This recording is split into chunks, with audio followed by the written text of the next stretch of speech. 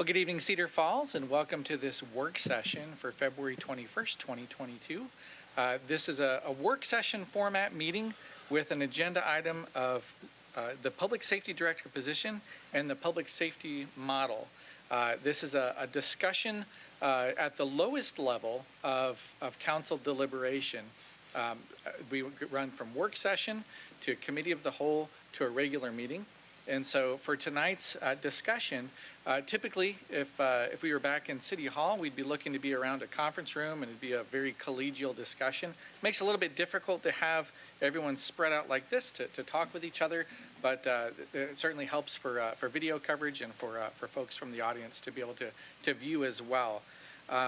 So I will just start us off by saying that this session was called for by council members and by me, just in the spirit of continuous improvement for the Public Safety Department. And I would like to highlight the fact that tonight, as council members discuss the issues and have information, certainly are looking, there won't be a public comment portion for it tonight, but we are looking for you to take notes and do some fact checking on your own, and certainly bring those to council for consideration before our next work session. And as a deliberation, I would ask that the council members come into this seeing that the difference between a deliberation and a debate, because this is not a debate tonight, a deliberation allows room for uncertainty. Whereas for a debate, you're looking to push a point and to win. And I hope that that's not our goal tonight. It's to bring forward an idea of what information we need to have in order to make good, reasonable decisions and to be able to move forward with that. And with the agenda tonight, what I'm looking for tonight is a consensus on what to do moving forward in the next few months with the Public Safety Director position. I see three options, one being to advertise, allow Mr. Gaines to advertise that position so that we can move forward to fill it, or to have an interim appointed. We won't do the appointment tonight, but just we know we want to move forward with that. Or third option could be just to have a consensus tonight to eliminate the position entirely. And so those three things are on the table. I would also look for us to see tonight what additional information we need to have in order to make further decisions. And again, this is just a consensus. We're not taking any votes tonight. We are simply seeing what general direction the council is comfortable moving forward with. So with that, we do have a presentation available. We have the slides for that were included in the work session packet. And I would ask for council, since this is just an informal discussion and we don't call names or to call on people to talk, I would just open it up to say, does any council member wish to proceed in a certain direction, either to have the presentation or to move forward just straight into discussion? I'd like to move forward with the presentation. Okay, so presentation. Yep, all right. So with that, I'll turn it over. Is it Chief Birdie and Chief Bostwick who will be giving the presentation for us tonight? Be myself, Mayor, or all of us, so okay. I'll lead it, so. All right. Can everybody hear me? Perfect. Okay. Well, we've got a presentation. It's about 25 or 26 slides. There's not a lot of groundbreaking information in it. Just a review of how we operate, how the model works, and maybe answer some of the common questions. And so with that, I'll just go ahead and start. So just an overview of public safety. Police responded to a little over 19,000 calls in 2021. Fire responded to about 2,300 calls in 2021.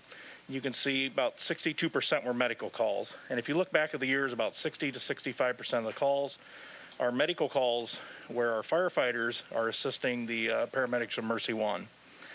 Cedar Falls had 6 serious structure fires in 2021. And on average, we average about 4 to 8 serious structure fires per year. Nationally, fire calls and fires are down about 60% over the last 40 years. And Chief Birdie, how would you define a call, that 19,000 calls for police? Well, for police, it could be anything. It could be a traffic stop, an alarm, a burglary report, a shooting. It could be anything. Does that include sort of like self-deploying for a speeder that the officer happens to see on their own, or? Yes. So for a traffic stop, so if an officer makes a traffic stop or does self-initiated activity like that, those are all calls. Okay. But also like a major investigation like we had 2 weekends ago, that's also just one call. So, Okay, thank you.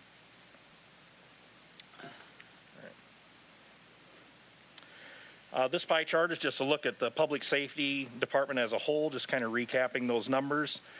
You can really see the light blue is non-reportable crimes, alcohol enforcement, parking enforcement, disorderly, more minor crimes that the police respond to. That's the biggest piece of what we all do.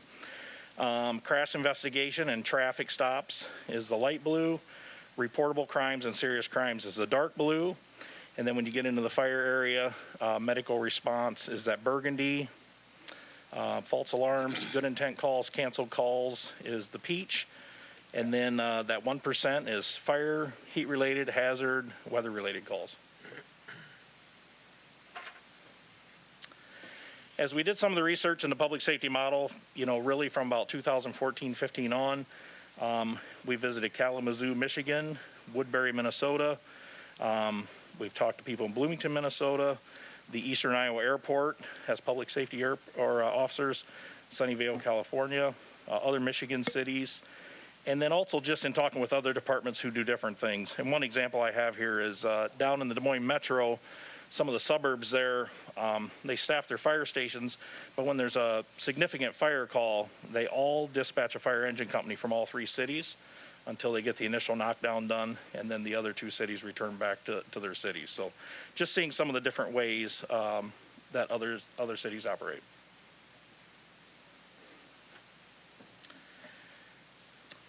One thing that always comes up with the public safety officer program is, the cross-training. And so in response to some of the criticism or questions about cross-training, we noted some of the other cross-trained professions. And so anybody's in the military, National Guard, or Reserve Military Forces, they all have another primary job, and then they train for a job in the military. Across the nation, it's very common that firefighters cross-train as paramedics. And it's just interesting to note that, because if you go through firefighter class, you won't learn anything about being a paramedic. If you go through paramedic class, you won't learn anything about firefighting. They are 2 different jobs. 2/3 of all the firemen in the United States, or firefighters in the United States, are volunteer or paid on call. So, it would lend that those people all have a different profession or a different job. And one note that I had made on here was, in Iowa, how many sheriff's deputies or state troopers or municipal police officers do you think are volunteer firefighters in their community? I don't have a number on that, but just to throw that out there. So how does it work? How does the program work? We have 2 separate divisions within the public safety department. We have separate budgets, separate chiefs. The full-time firefighters work traditional 24-hour shifts in 2 fire stations, just like any career fire department. Full-time police officers work 3 8.25-hour shifts. So they start at 6:15 in the morning, 2:15 p.m., and 10:15 p.m. Nearly all of our public safety staff are cross-trained. We have 2 police officers that are not cross-trained, and we have 2 fire supervisors that are not cross-trained. But everybody else in the organization is cross-trained. Police carry fire gear in their police SUVs and respond to fire calls. And the gear that they carry is their boots, their pants, the coat, their hood, their helmet, and their gloves. Everything else is on the fire truck, and they get the gear off of the fire truck. Public safety model increases the number of firefighters that we have at emergency scenes, and it provides additional staff to help at emergency police scenes. And we'll get to some of that here in some of the later slides.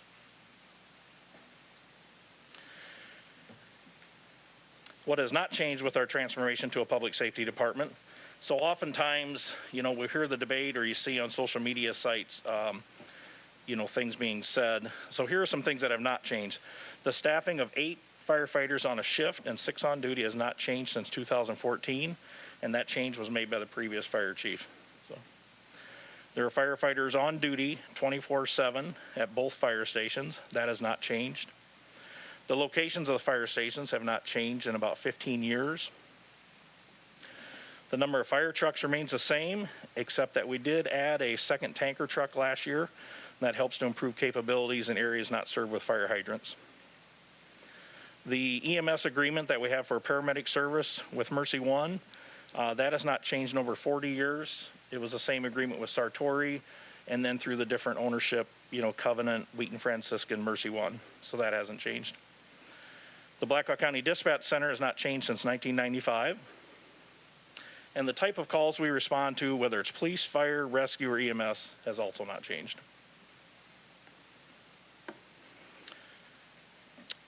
We put an organizational chart in here really just to demonstrate, we have about 26 personnel assigned over on the red side on the fire side. There's about 45 assigned on the police side in the blue. Down the middle, there's 3 shared positions, and that's the Director of Public Safety. We have a Captain of Support Services and the Training Lieutenant. And then the detective unit is also shown in the middle. So those boxes that go down the middle are really shared, a portion of them. I just couldn't figure out how to get the line to go across over to the red side. So can you say that again, what that means on the chart for you? When you look at that group down the middle that's not colored, the detective unit is over there, and community service officers, and the police reserves, but the rest is all shared. Like our reception, clerical, records is shared between fire and police. We have a captain of support services that's shared between fire and police, and we have 1 training lieutenant that takes care of police and fire. So those positions in the middle are really shared, except for the detective unit belongs to the police. And on the previous slide, you said 6 on duty. Is that for the police side? That was for the fire side. Fire side. So is it accurate then on that chart for the org chart, the blue side, it shows a captain 3rd shift, 2 PSS lieutenants, and 9 police officers. So is it 12 per shift then? If everybody is trained up and healthy, it could be 12 per shift. But the difference on the fire shifts is if you have a fire shift of 8, they're working 24-hour shifts, so they're all scheduled to work every day. So the only reason there's not a firefighter there is if they're off on a vacation day, holiday, a Kelly government day. The police schedules are different since they only work 8.25 hours. If you work on a police shift, you might have 12 on your shift. If you have a shift of 12, 9 are scheduled to work every day, 3 are always off. Okay, Actually, I take that back. It would be 8 are scheduled to work every day, 4 are always off. Okay, and then similarly with the fire side, it shows PSS captain, PSS lieutenant, and then 5 firefighters. So is that then a total of 7? 5, 6, 7? Well, it should be, there's 8 on each fire shift. Yes, please. So on that particular shift, they're on the blue shift there, and I believe we may have that mixed up with a different shift, just due to the trying to create this org chart, and the challenges of creating org charts is a little bit difficult for us. It's not our main forte. But on that particular shift, it's listed as a blue shift captain, and then there's a PSS captain, so there's a public safety supervisor, public safety supervisor captain, a public safety supervisor lieutenant, and a fire captain. Okay. So there's a fire captain and a lieutenant there. All right. That makes sense. Thank you. And one thing to be worth noting, Mayor, that organization chart shows our 74 authorized positions. But, as we sit here right now today, we're actually down 10 people. And I'm just doing it off the top of my head. We have 1 from a shoulder surgery, 1 from a pregnancy, 2 at the police academy, 3 in field training. Yeah, and probably 2 open spots that we haven't hired. So I have a list. I could give you exact numbers. But, so that's why some of the numbers may be wrong in terms of shifts that aren't filled out. But the fire shifts do have 8 on each fire shift. Okay. Chief, where are they located at, divided up? Well, they're divided up between the 2 fire stations, and it's up to the on-duty fire captain how him or her wants to divide their people up. So there's be 4 and 4, or 4 and 2? Could be 4 and 4, could be 5 and 3, could be 4 and 2, could be. It really just decides how they want to deploy their equipment. So, Are there, besides North Cedar, is there ever a station that's vacant?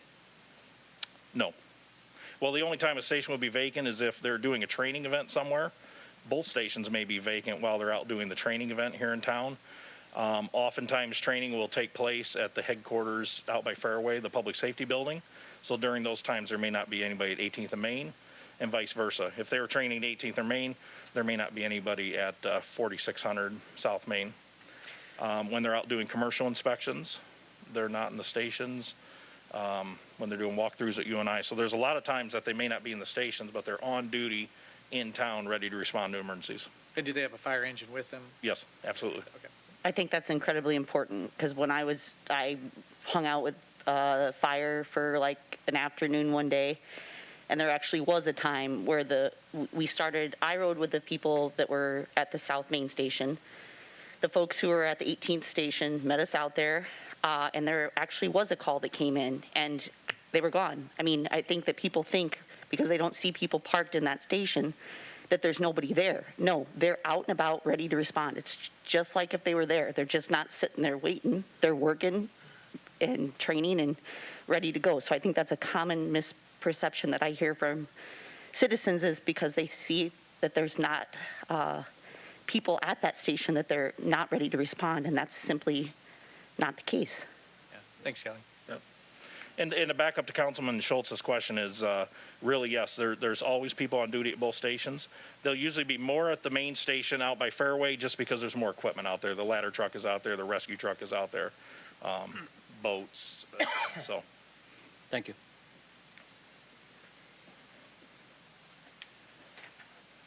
All right, the next slide, do we have professional firefighters? In the state of Iowa, the administrative code sets out the training requirements for police and fire. Become a professional firefighter in the state of Iowa requires 160 hours of classroom and no state of Iowa certification.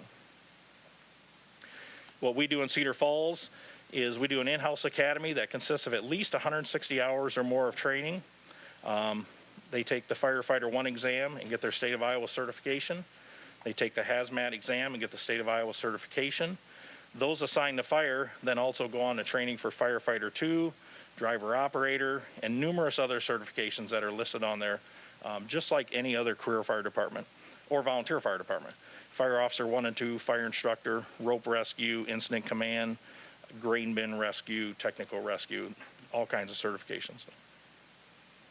Chief Birdie, do we have, just a quick question on that, do we have a timeline or a way that we maintain and categorize and watch how they're progressing, timeline that we want them to get firefighter 2, or is it just at their own will to do it? How do we watch that and deal with that? Well, we do have a timeline that's monitored between their shift supervisors and the training lieutenant. Really, when they're assigned to fire, it's to move through the certifications, quickly. So firefighter 2 is one that comes along very quickly. When they go to EMT school, though, EMT school does take a semester, so it's a balancing act on you can't send everybody at once. So we usually have a couple in EMT every semester at Hawkeye. And then the other certifications, just as they're encouraged to do them by their supervisors and by themselves. But we do track them. We do want them gaining those certifications. So we do track the training.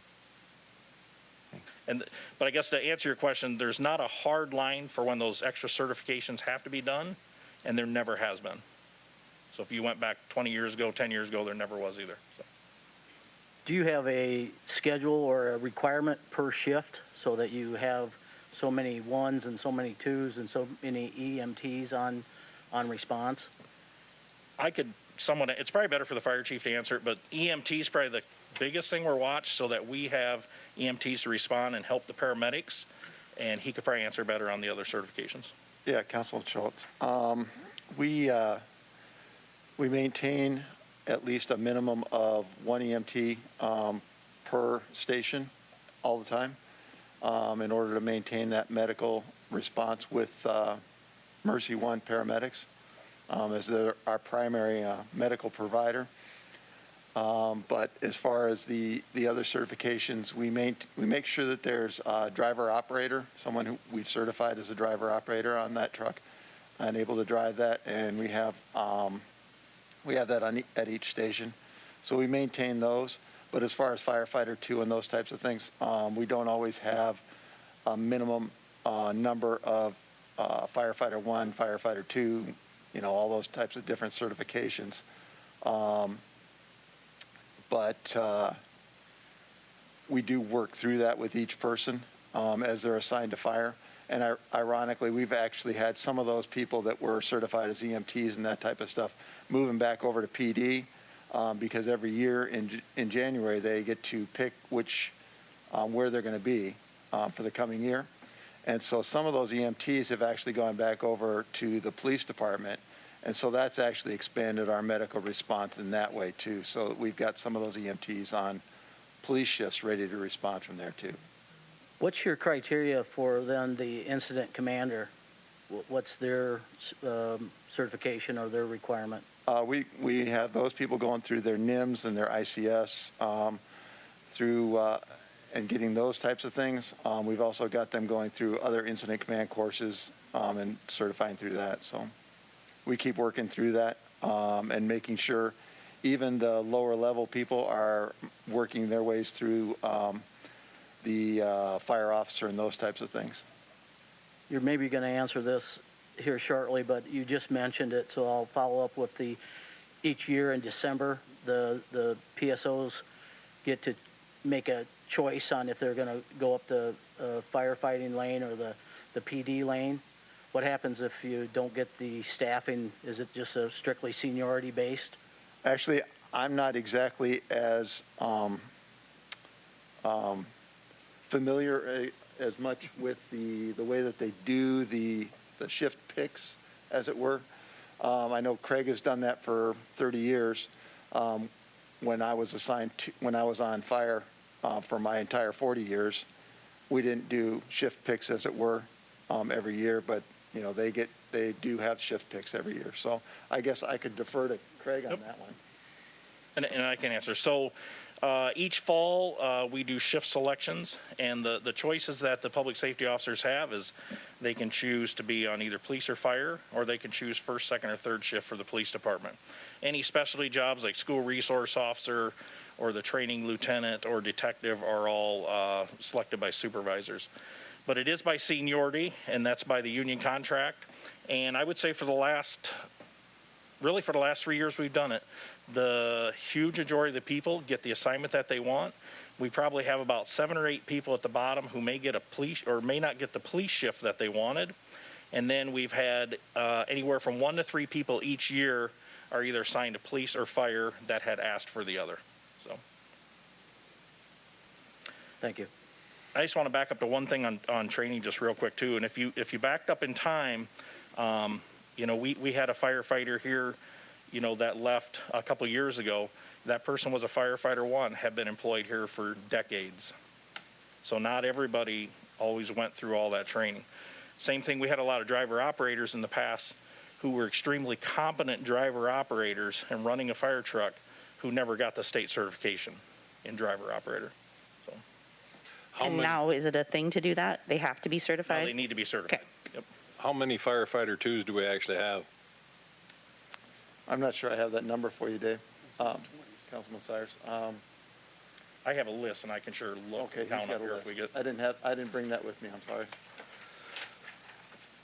I guess I had a few questions in that same line, but you guys don't have the chart with you, the tracked certifications. You do? Okay. It's 26 firefighters we have, correct? Yes. Okay. That is correct. And 22, as of the date of this, which was in December, 22 of our firefighters were firefighter 2s. We also have 14 that are fire instructors, 20 at this time that were fire certified as driver operator, pump operators. We had numerous, almost every supervisor has gone through the fire officer school. And EMS, I don't have a number here, but it's probably about 20. So the goal really is for everybody on the fire side to achieve certain certifications. That'd be the firefighter 1, the hazmat operations, the firefighter 2. Anyone that's going to be doing any instructing, we want to have the instructor certification. Anyone that's operating a truck, we want to have driver, pump operator certified. And actually, our goal is to get almost everybody to that point. And then there are other ones along the way. So we do have pretty detailed or pretty strict guidelines for that. But the time frame is what's always the issue, because you can't have someone get certified as a fire officer if the school is in the spring and it's not this fall, then you miss that date. So a lot of times when the school is scheduled also governs that. And they're also required to go through this in order. So they have to go through firefighter 1 to get firefighter 2, to get fire instructor, to get fire officer. So they have to follow a prescribed way that they do that. And I hate to say it, but COVID did cause us some problems with that. We had to be creative, as it were, with some of that certification where we had some people do some of that online. And some of them did it online through another state and then challenged the state of Iowa test.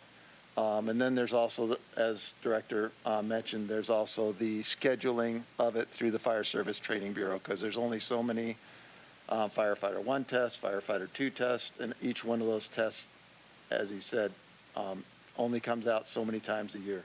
So they're working really hard at it, and they're doing a really good job at it. So, Director Olson, you said, is it almost every supervisor has gone through fire officer school? Is that correct?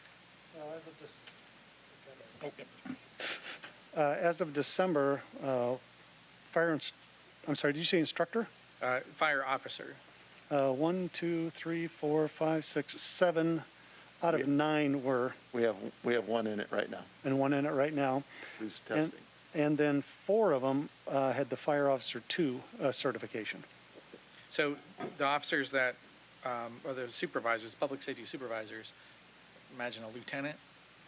Captains and lieutenants. Captain, And lieutenants, okay. yes, And so there are some that have not completed fire officer school yet?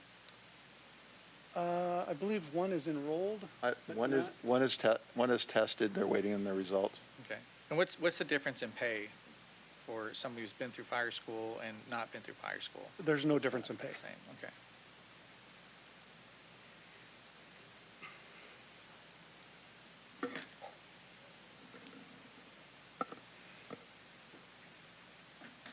All right, so a little more about training. Just to recap some of the training that we do in the Public Safety Department. We have, our ongoing annual training consists of in-service training. And so in-service training, when I hear that, I think of the police going to their monthly in-service training.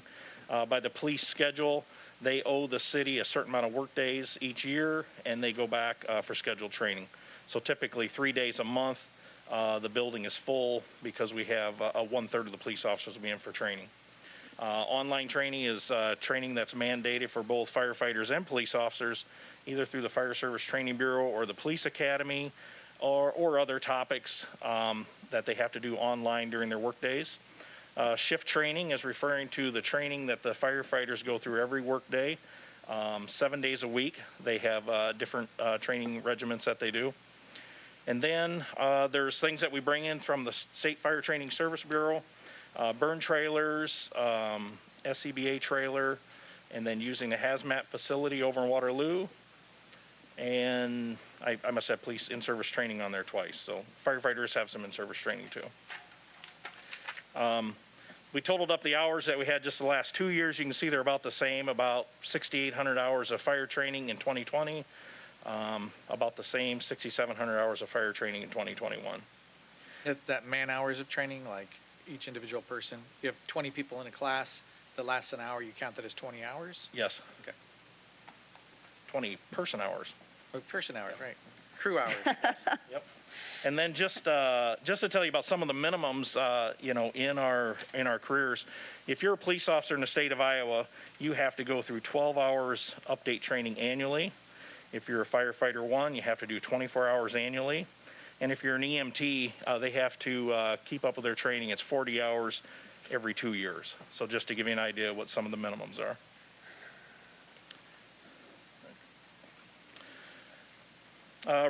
Response levels, really I think one of the conversations we're going to get down to tonight, or I think that you guys will spend a lot of time on, is what are the response levels to fires? What's it costing us? But before public safety, fire had a minimum staffing of 6. After public safety, the average, so before public safety, if there will be a fire in town, you've got a minimum of 6 going to it. That number is going to be between 6 and 8, and that's it. There's nobody else coming. After public safety, the average responding to calls is 12. The Insurance Service Organization, in their review, said there's 10.6 working 24/7, and that's a number from 4 years ago. The next time ISO takes a look at Cedar Falls, that number will be higher, just because we have more cross-trained people. And how it works is officers on police shifts arrive first. They can do the scene size up. They can report observation to the incoming fire trucks. You know, I can tell you, we work as a team. I've listened to a lot of people arriving on calls, and you'll hear, police officers who are on the scene. They're reporting what's going on the scene. Their adrenaline's up. You can tell they're excited. They're talking directly to a fire officer who's coming in the right seat of that fire truck. They're using first names when they're talking back and forth. It's a team effort. The information goes both ways. You'll often hear that the fire officer who's in charge of the fire truck then asking the police officer, what about this? What about this? So the information is shared back and forth. They can help evacuate the structure or nearby structures. They always call out hydrant locations. If they have time, if they're there long enough before the fire truck, they can take their hydrant bag, flush the hydrant, and prepare for a connection.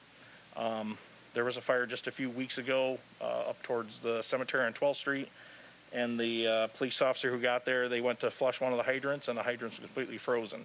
So they shifted and went to plan B and went to another hydrant. So that was time saved for when the firefighters got there.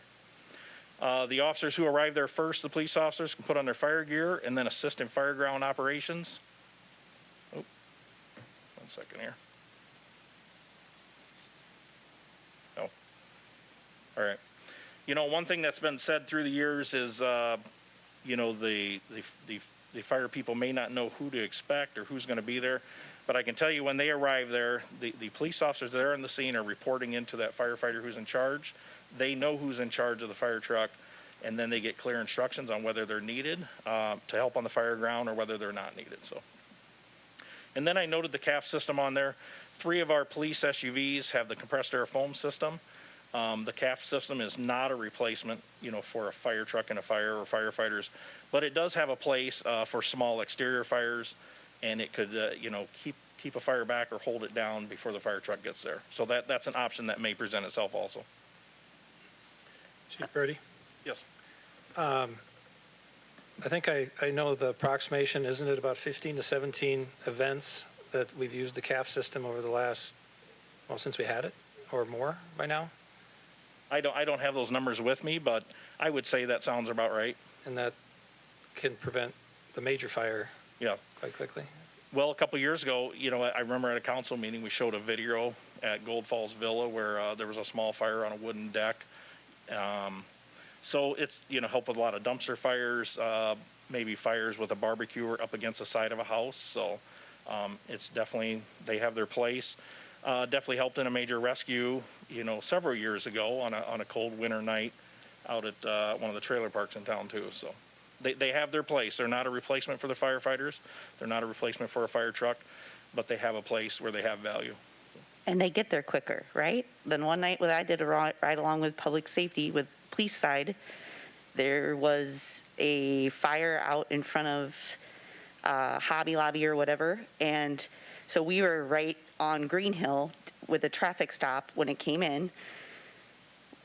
We got there much more quickly going down Prairie Parkway in a police cruiser than the big truck. And so the folks that were in the police cruisers were already helping to extinguish the fire before the fire truck got there. Not because anybody didn't do what they were supposed to, but it's just like, what, is it physics, right? It's easier to get down a road that's curvy in a smaller vehicle than a big truck. Oh, yeah, absolutely. The police cars can get around town a lot faster. A fire truck running lights and siren goes at a similar speed of a fire truck not running lights and siren. When you're in town and you've got an intersection every 330 feet and you have traffic lights and roundabouts. So, and obviously you don't want the big trucks going very fast either. So, yeah, the police officers are generally there quicker. Depends where they're coming from, but there's more police officers. They're out there.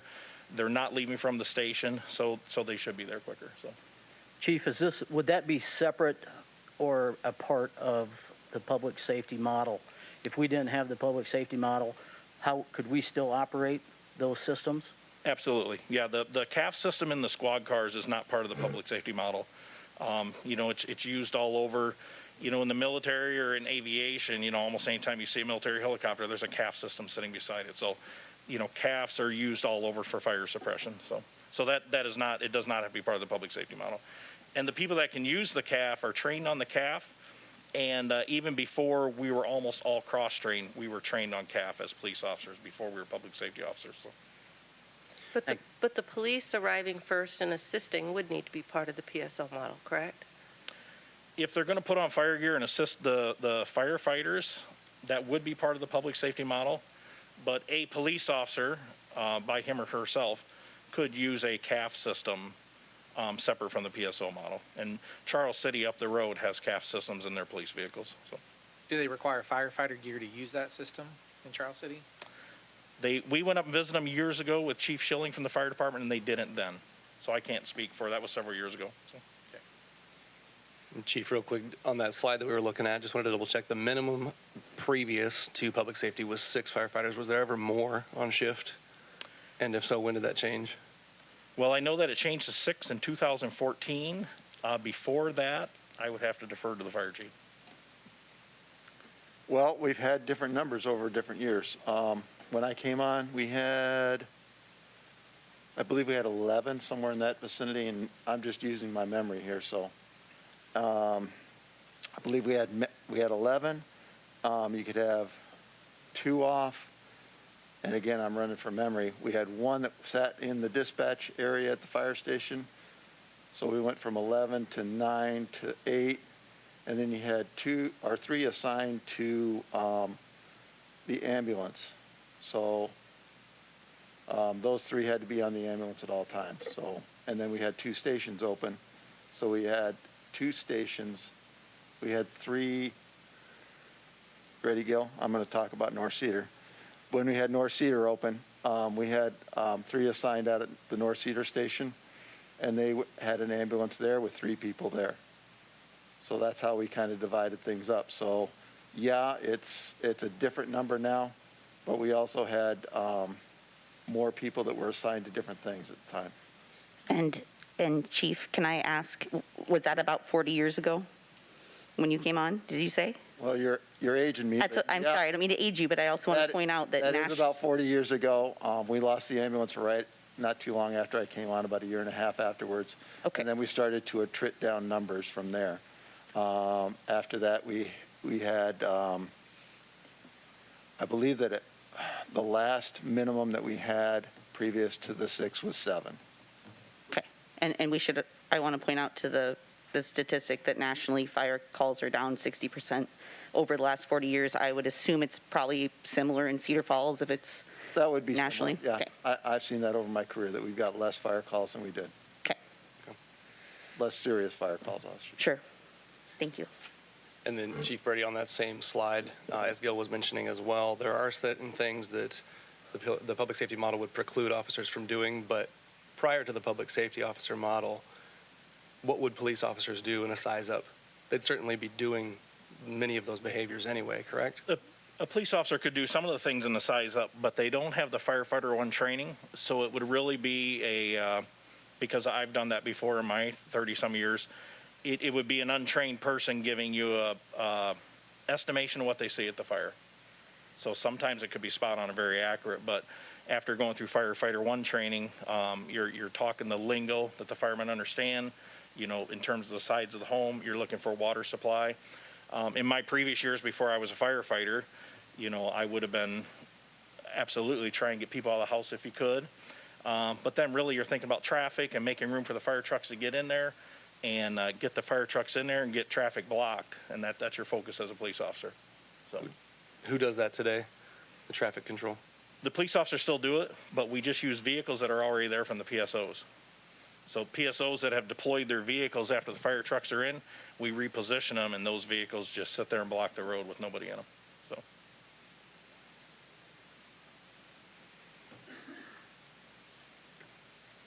The next 3 slides they're from the year 2019, so we just reused them. We could have made new slides for 20 or 21. They're all pretty similar.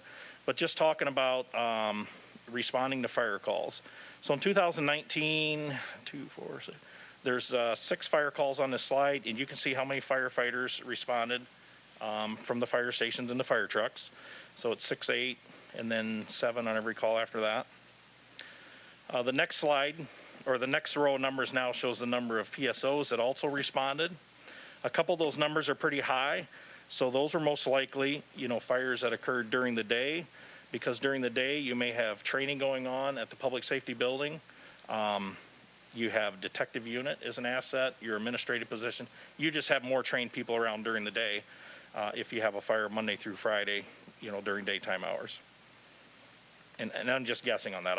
Actually, the UNI campus one I do know was during the day. I don't know about the other one. So if you look at the total numbers in 2019 for our 6 serious fires, the total number of trained firefighters we had in those calls is that row on the right. And you can see it 13, 23, 23, 15, 12, and 16. So that's where we use the number that we have, we're getting 12 trained firefighters to each fire. So it's actually in excess of that, but we're going to go with the minimum number because that's the one that matters. So. And what would that look like now with no career firefighters? Still looking at well, 15, that first row where it says fire, those are the career firefighters. right? But we don't have those anymore. Well, we've got, You're talking about 2019. that column is actually talking about people that are assigned to fire. Fire shift. Yeah. Okay. Yeah. So that first column of fire is people who are assigned to the fire stations on the fire trucks. And you're right, Mayor, that could have been a combination of public safety officers or previous career firefighters. But we still have the same number at the fire station. So whether they were career firefighters or now assigned there. So in almost every incident, we've doubled our number of responders at the scene? Is that what you're trying to say? We have. From 6, we're saying we can get 12, 12 to our fire scenes. So.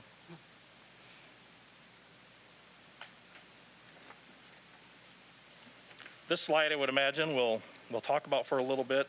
So really, we're talking about response levels. And if we use that number of 12 firefighters arriving each scene, so the question is, what would it cost to provide the same response levels with separate police and fire?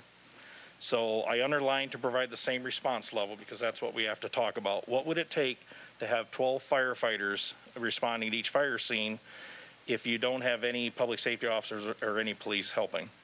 And so, we would add 7 to each fire shift. Right now there's 8 on a shift, go up to 15. If you required 12 of them to work every day, that would be your 12. And you can see there's a cost of that. We used $100,000 for each employee, and that might sound high, but for both police and fire in Iowa, the pension matching for the city is always, somewhere in that 24 to 27%. The city has to contribute to the pension plan on top of their salary. And I think health insurance, Jen, maybe 15, 16,000 is a number that we always use. So whatever you think their actual salary is, put another 25, 26% on for pension, and then another 15, 16,000 on for health insurance. So that 100,000 is just a number to use because it's easy math. We would also want to add police officers because we're going to need to have people to do some of those jobs that the firefighters are now doing during idle time when they're at the fire station. And we're going to go over that in some of the upcoming slides. Because now the firefighters, when they're at the public safety building and they're on idle time and they're not out on a call, they can help in the booking room, they can help at the front counter, they do our marijuana testing, they do maintenance on our weapons, they armor our weapons. There's all kinds of tasks that our PSOs do who are assigned to fire when they're on idle time that help the police department. So if we wanted to get 12 to each fire call, this is just, this is the kind of math we'd be talking about. And I know what some people say will be like, well, we did it before. But before, you had 6 responding to fire calls, maybe 7, maybe 8, but that's not 12. And in 2015, the head of the fire union at the time, Jim Cook, he stood in front of this council and he had a chart and he said that, there's not enough people going to fire calls. He had a list of what all the other cities do. And I believe at that time what he was saying is there should be 15 going to every fire call. And I could be off there. But they were not happy then. They did not have the amount of firefighters going to fire calls that they wanted. And he was appealing to the council that they wanted more. When that didn't happen, then there was a no confidence vote against the council and the mayor and all that. And I just know it was right before 2016. So So Chief, can I ask you if you recall what the difference in pay was for firefighters and police officers prior to the public safety model? There's no difference in this speculation. That's why I'm asking. Oh, I see what you're saying. It was less. I don't know how much less. Maybe 10, 15% would be a guess. So. But you are right. If a firefighter would have a lower rate than a police officer. So that kind of gets into, we just used 100,000. One maybe 110 with benefits. One might be 90 with benefits. So. Yeah, I guess my concern is the clarity of the information and the transparency of it. If we're going to claim that this is the number that we're going to need to evaluate, those numbers have to be spot on accurate. We can't just say, well, it's close to 100,000 for ease. So I'd like to see those numbers with the actual values for those different positions, by the way. And we could absolutely do that because we have firefighter union contracts.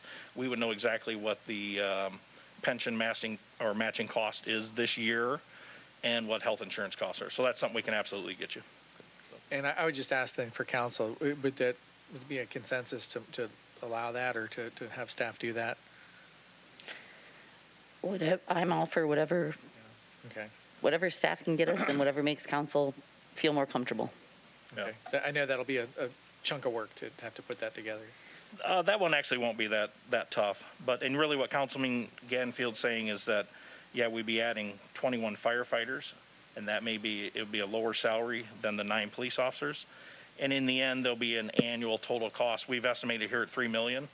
And yes, that could swing either way. So, Mr. Mayor, just go ahead. based on time, we're not going to get close to what we had for our question, right? Regarding Mr. Olson's position tonight. Do you have a schedule in mind, or? We have another hour, roughly, for the discussions, the full discussions tonight.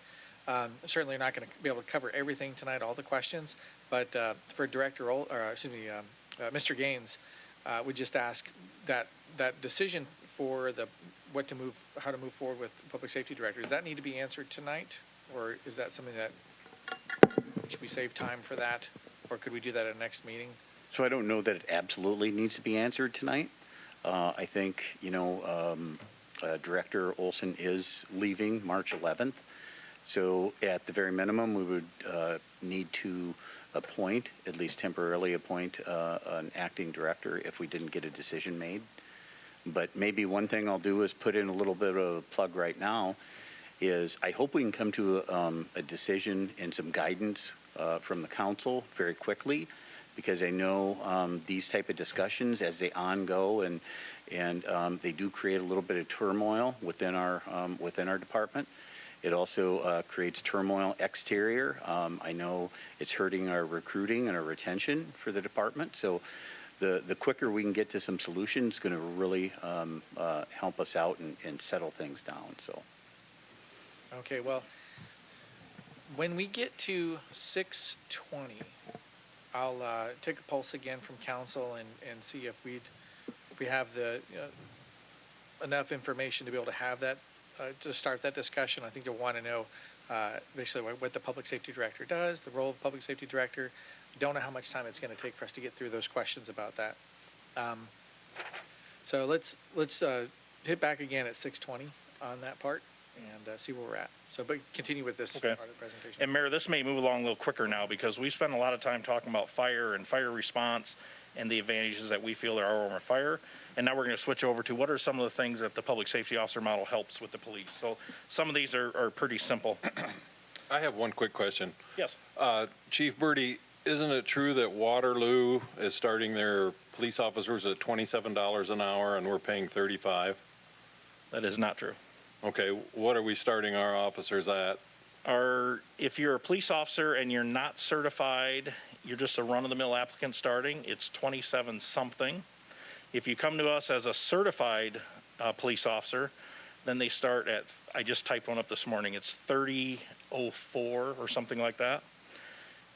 Once we get them done with fire training after about a year, so if they've run the police academy and then go to fire training, then they do hop ahead to about $33, $34 an hour. Okay, thank you. but you wouldn't start at that. So Do you know the national average? Do you know the national average? for police officer Yeah. pay, I do not. I would tell you in Iowa, probably what I pay attention to are the larger cities. You know, you're going to have the larger cities in Iowa, you know, Des Moines, Bettendorf, Ankeny, West Des Moines. I'm sure it won't be long, and your average police officer pay is going to be creeping up on 100,000. So I believe our topped out public safety officer come this July is going to be, after 12 years of employment, I think is 88,000 in salary. Does that sound right? 86.3. Okay. So I was being optimistic. So a public safety, and so our police officer pay, if it was just police officer, would be 11% less than that. So, but I don't know what the national average is, and really probably what matters us most would be the Iowa average of larger cities. So, all right, just some examples of just some recent responses in fire and police. A few months ago, we had a fire at a large apartment complex right behind Hy-Vee. There was 22 people on duty. It was during the day.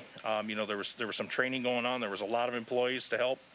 The fire was put out quickly. Excessive smoke in the hallways, a serious hazard. There were dozens and dozens of handicapped residents with mental and physical disabilities that were removed from that building. Several of them carried from the building. Took pets out, reunited pets with their owners, and we did a call back and we restaffed fire and police for additional calls. But that was a big event. It was a challenging event. We worked as one team, and about the only thing that was said on social media about it was, you know, there was a picture of 4 or 5 people carrying a ladder, and one of them being a civilian who just was in the area helping. And so that's just a great example of a response that went well. That was a very challenging scene that we handled with just our fire department and our public safety officers. Right on New Year's Day, we had a person that shot someone with a shotgun. Then that person took off, barricaded himself in a home, and had threatened to, you know, shoot officers, shoot anyone, take his own life, and things like that. So that was a standoff through the entire night on a cold night.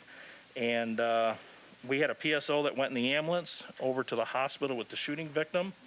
And so, you know, that was a person that had went there on a fire truck to provide medical care, but then headed over to the hospital and really do police officer duties, which allowed us one more police officer to be back helping at the scene.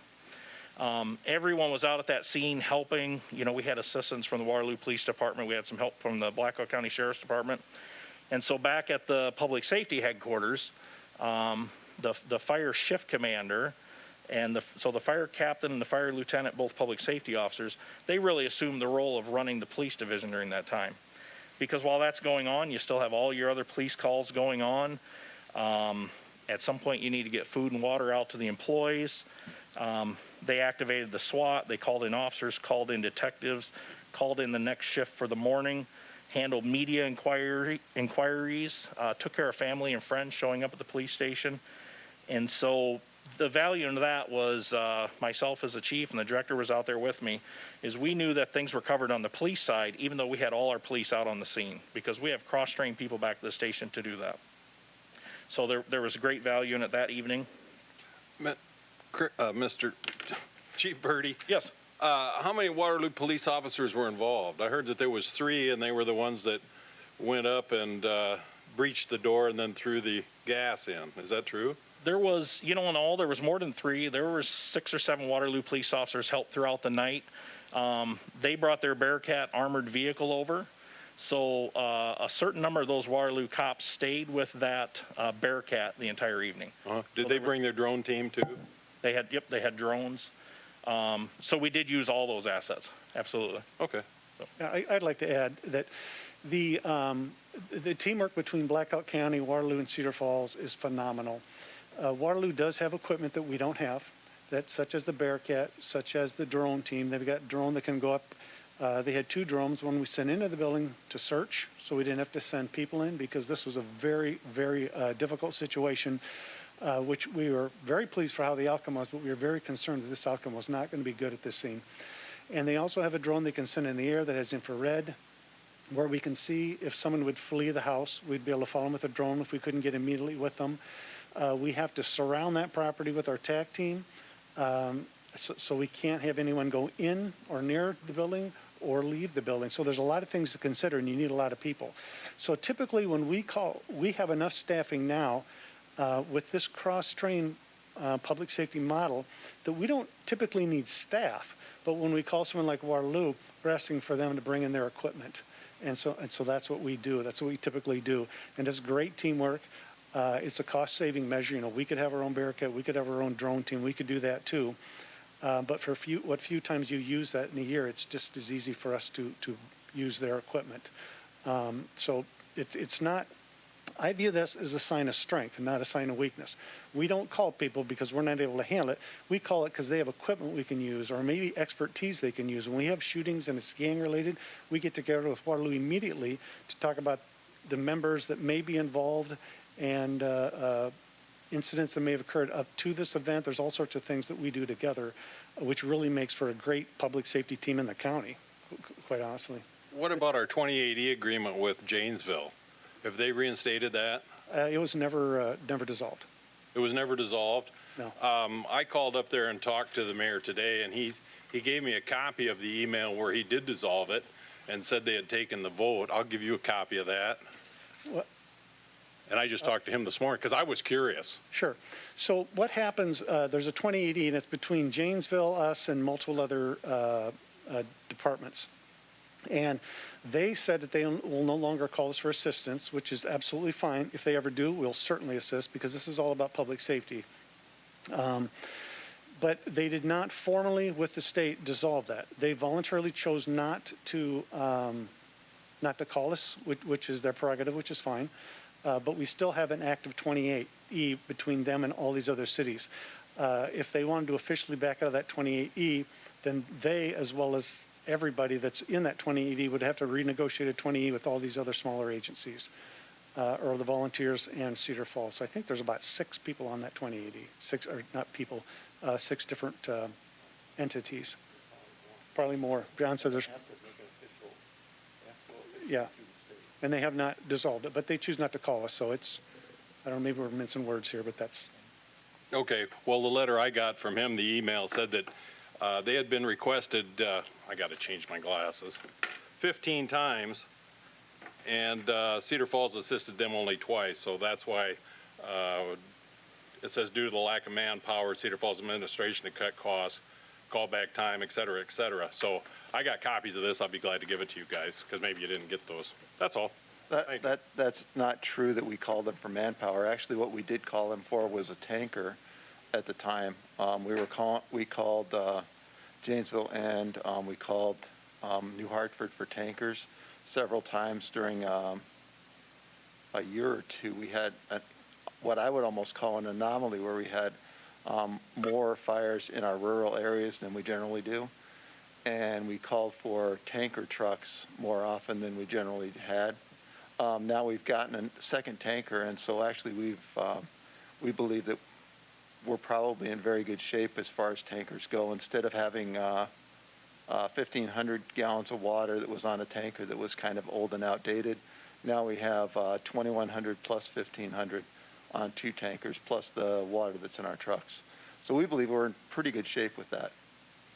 And we still do have 2080 agreements with several departments around, including Waterloo. And Okay, well, I have copies of this, so I'll give it to you guys as soon as we're done. I have a question for Chief Birdie.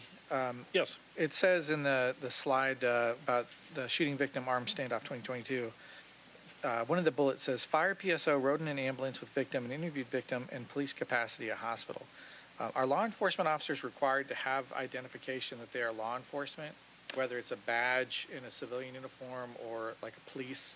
If you were doing a law enforcement role or an enforcement role, you have to identify yourself. But when a victim goes over to the hospital, regardless what it's for, a police officer usually goes over there, and that's an officer that you generally lose for the majority of your shift, just because the ERs are probably going to move slow. There may be evidence that you want the crime scene evidence technician to come over and get. There may be family going in and out of there. So it isn't questioning that's ever, you may pick up some information that you want to know, but it's not any kind of formal questioning or anything like that.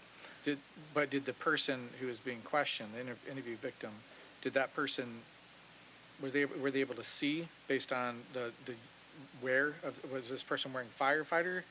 They would have been wearing firefighter. The firefighter T-shirt and tactical. They would have been wearing firefighter gear.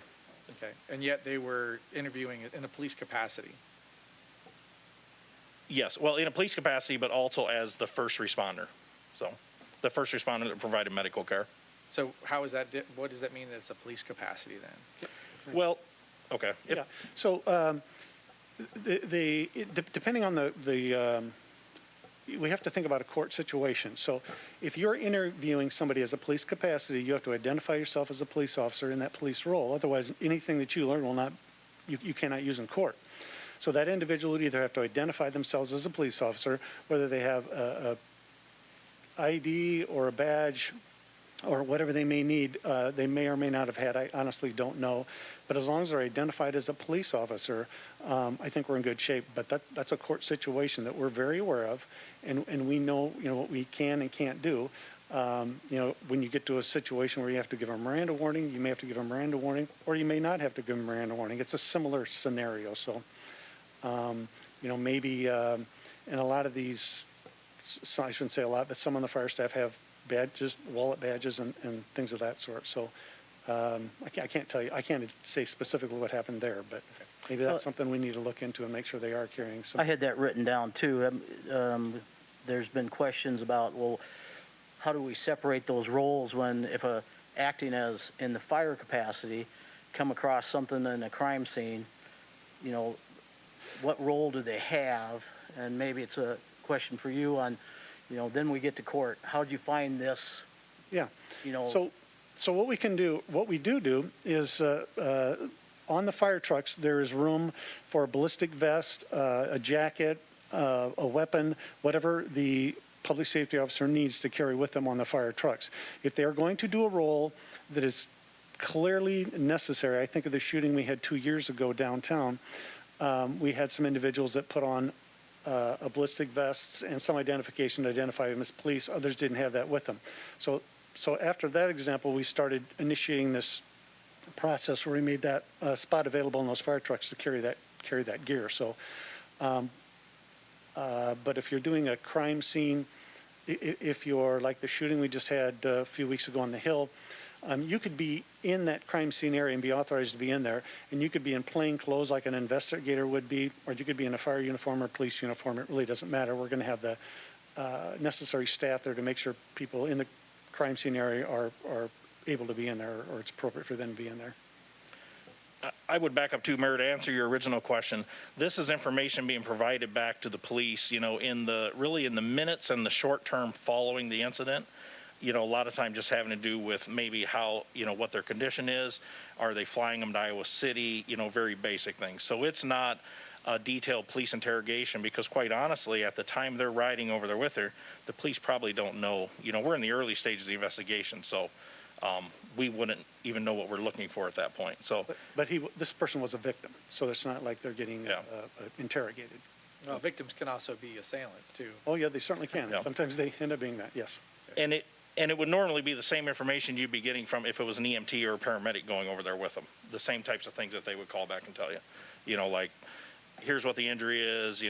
It's either real bad or it's not a big deal, or they're flying to Iowa City. Things like that. So, but it's something that if we didn't have them over there, we would send a police officer over to find out that information. It's just one more body. So. Okay.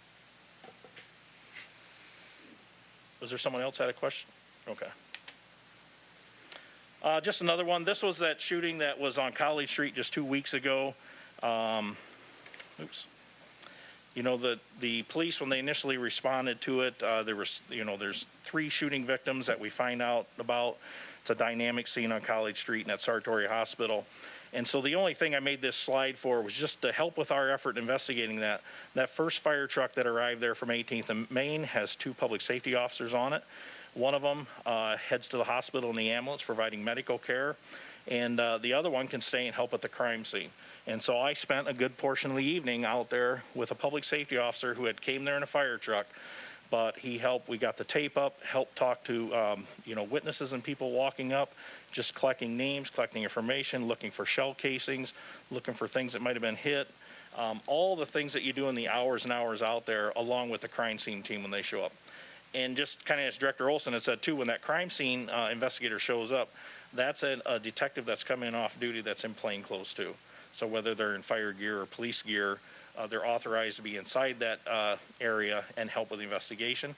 And that's a public safety officer who will write a report to how they helped and what they discovered at the crime scene. So really the purpose of this slide is just that was 2 more people to help with that investigation that we wouldn't have if it wasn't a public safety model. So, and 2 may not sound like a lot, but if you only have 5, 6, or 7 officers working, getting 2 more and getting valuable use out of them at 3 in the morning is a big value, because even when you start calling people in on a weekend at 3 in the morning, there's only so many to come in. There's only so many in town, so. Another example, really talking more police, if you go back in the summer of 2020, we had social justice protests around town. We had 6 or 7 of them where, they often would block streets or intersections. And so by having a bigger pool to draw from with the public safety officers, we had more people to come in and work on overtime. We could handle those events. We also gave, kind of to give to Council Sireman's point, we made a commitment to the Waterloo PD. They had asked us when things started getting bad, how many people we could provide them each night. And so we told them a certain number, and that number was something like 4 or 5 or 6. I don't remember exactly, but we told them on any given night, we could send 4 to 6 Cedar Falls officers over to help Waterloo, and we did on several occasions through those nights. And we were able to do that through upstaffing and having, extra PSOs and having the staff that we could do it. Another problem that we've dealt with is, College Hill and downtown patrols in our entertainment districts to try and deter, violent crime or disorderly crime. So we'll bring in 2 to 3 extra officers on Friday and Saturday nights, or whatever nights the bars are busy. It happens to be Friday and Saturday here lately. But we now have a larger pool of people who can sign up to do that work. We've even had nights where fire had a bigger staff working down at fire, and somebody left fire, went and put on police uniform and helped the police for a few hours until bar closed. So we have a bigger pool of people to draw from. And you may remember there was a controversy in previous years because we would hire sheriff's deputies to help us walk College Hill and the downtown, and we got criticized for that. The deputies do an outstanding job, but we would rather have Cedar Falls officers doing it, just because if somebody walks up and they initiate a case, it's a Cedar Falls case, we're ultimately going to investigate it. These are our problems, and it's not just somebody showing up for the night to work it and leave. So not saying anything bad about them. They did outstanding work, but we would much rather have our own officers out there working if we could. We did 2 slides I'll go through quickly, advantages and disadvantages of public safety. An advantage, fire personnel assist police when police shifts are busy. They can help. So these are fire personnel that are assigned to the fire division at the public safety building. During idle time, they can help when calls are on hold. They can help with citizens at the front counter. They also we have people assigned to the fire division, do our forensic cell phone examination, computer and tablet examination, marijuana testing, drug recognition expert, armor our weapons, maintenance our weapons, tasers, shotgun, patrol rifles, and pistols. And actually on here, I see 2 more things kind of getting at Councilman Cyrus' point too. We have there's only a handful of drug recognition experts in the county, and we have him here, and he often works, it'll be for Evansdale, Waterloo, whoever calls. Same thing with our forensic cell phone examination. We have 2 people that can examine cell phones, and we often do work for Waterloo, Hudson, Blackhawk County. If somebody has a big case and they need a phone examined, really you're looking around to what department can do that the quickest and who's got the machine available. So, some disadvantages and challenges of public safety.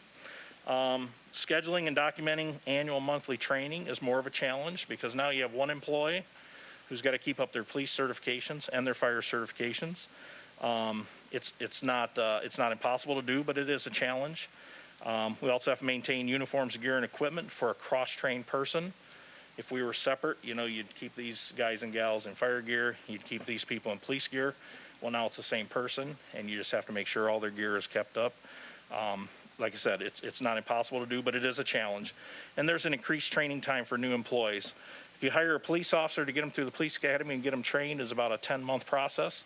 Well, now if you add a fire academy onto that, you need to add 5 to 6 weeks onto it. So it really becomes about 11 months. So it's just increasing that time. A third-party review, the insurance service organization takes a look at fire departments. This was from 3 or 4 years ago. You've seen this slide before. The lower the number, the better the rating. So class 1 is the best rating, and class 10 would be the worst. And you can see 3, 4 years ago, Cedar Falls was a class 3. Class 3 is a very good rating. You can see 4 is a good rating. 5 is a good rating. 6, in my eyes, looking at it, 6 would put you at average. 5 or 6 would be average for the state of Iowa, or maybe probably closer to 6. So I won't spend too much time on that, but when they do the evaluation, it's an independent outside evaluation. 50% of it is on the fire department, operations and training. 40% is just on the water and the water supply. So that has nothing to do with public safety. Another 10% is dispatch, and that has nothing to do with public safety. So really half of that score comes from the fire department, operations personnel, training, and staffing.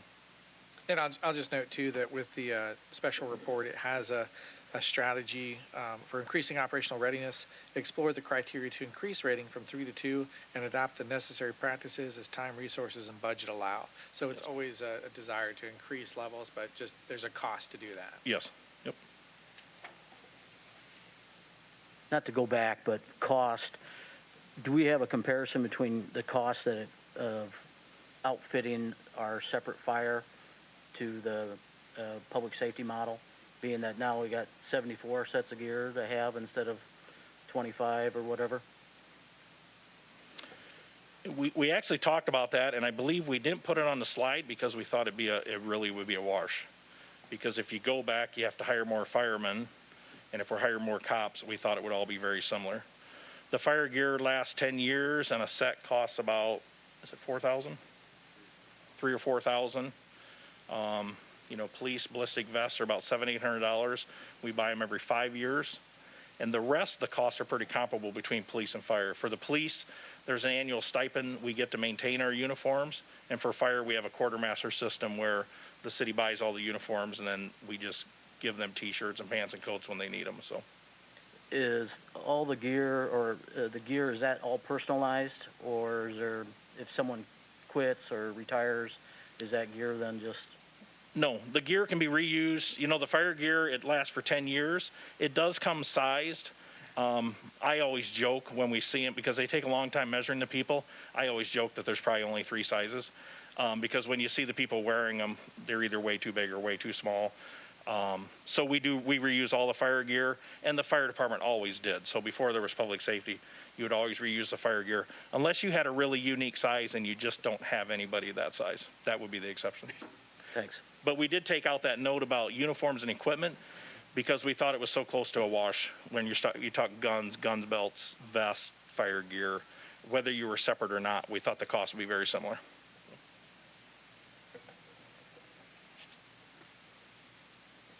And then lastly, as the mayor mentioned, we did a special report, or it's not called a strategic plan. Some people call it that, but it's a special report to cover the next 5 years.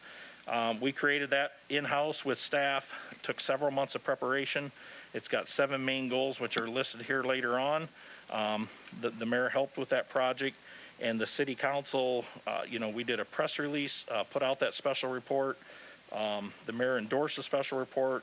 The council adopted it. So that's the document that we work on. That's a document that has specific goals and things to be measured into it. So really that's our charge to pursue that special report, and that's what we work towards. And the end result, this is just recapping some of the things again. Public safety or separate police and fire, it's the same police and fire certifications and training. The public safety model increases our police capabilities during major events. The ISO evaluation, it's a third-party review. We've been through that. We have a larger pool of trained responders to draw from for emergency operations, whether that be police or fire. And kind of some of, you had that large apartment fire behind Hy-Vee. That's an example of where it helped fire. And then the social justice protest is a great example where 6-7 times in the same summer it helped police. It's increased our number of on-duty firefighters responding to scenes by 2, so we have twice as many responding to scenes. And the ability to handle routine police issues at the public safety facility by firefighters in the building. And that may not sound like a big thing, but it's very common that our police officers, the building's empty, everybody's out on calls, calls are on hold, but you still have people from the public who go to the public safety building for help.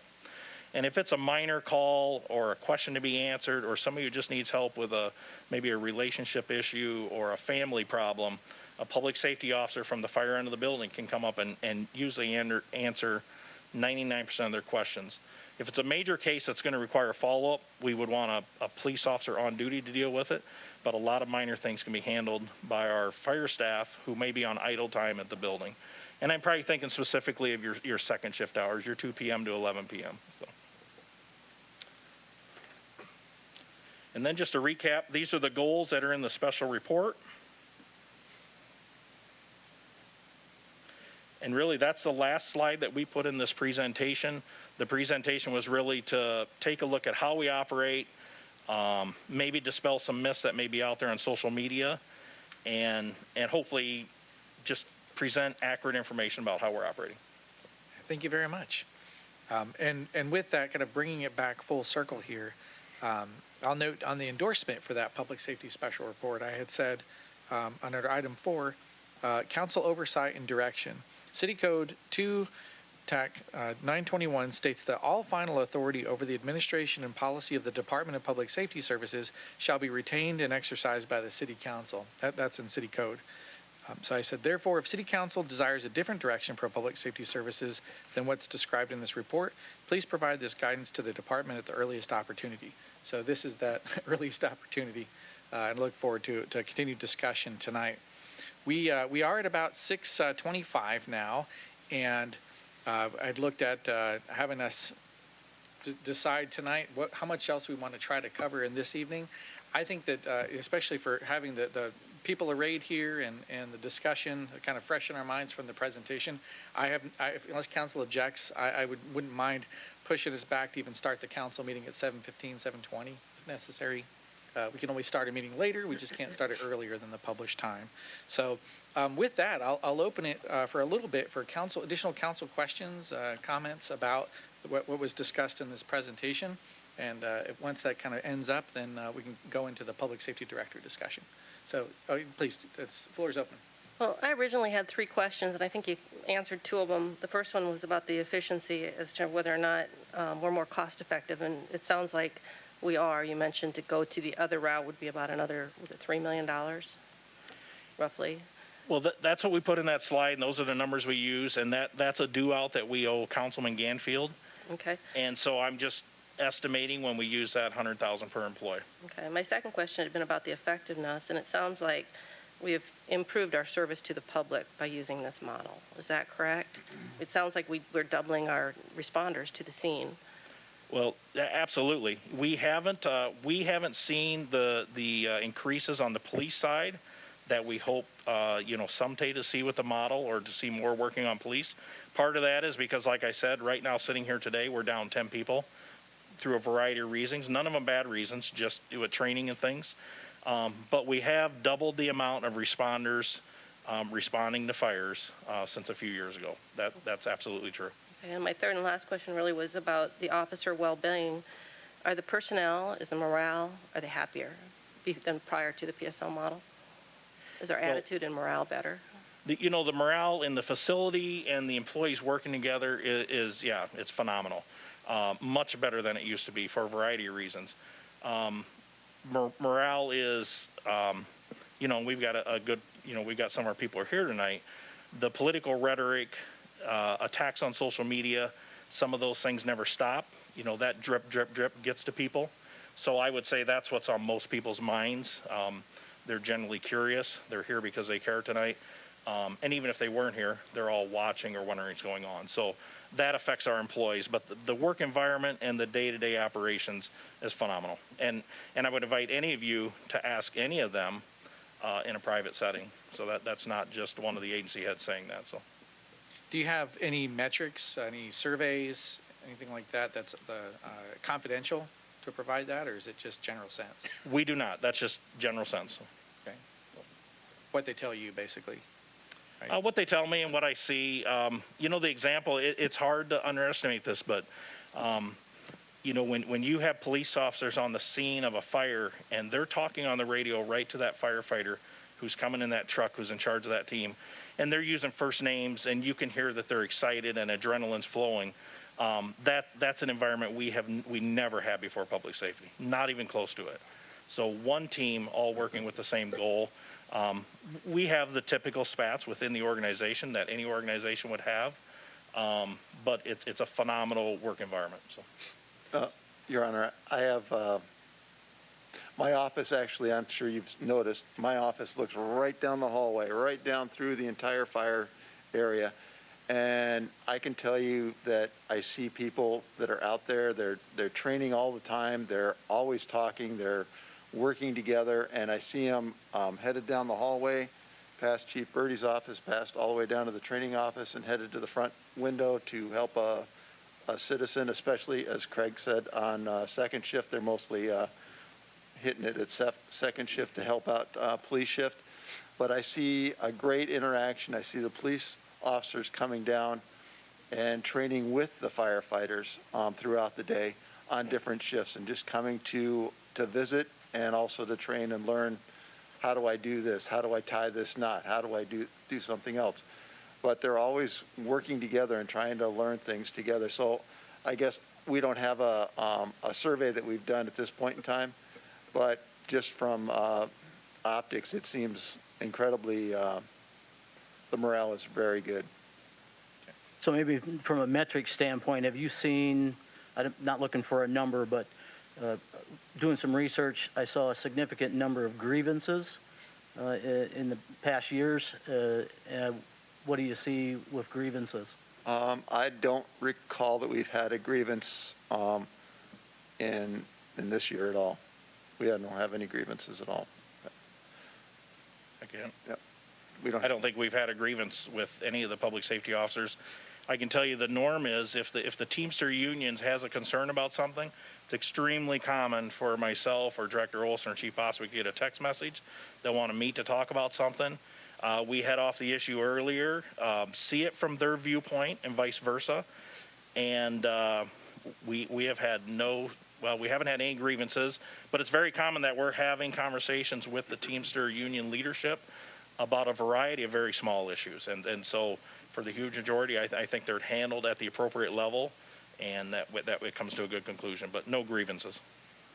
Speaking of watching the council meeting, I just got a text message from the fire side, and they apparently had to go down and assist PD with a subject that was fighting them just now. So it's going on right now, and so they're more than willing to ask on the PD side for assistance, and so is the fire, and they're more than willing to give that assistance.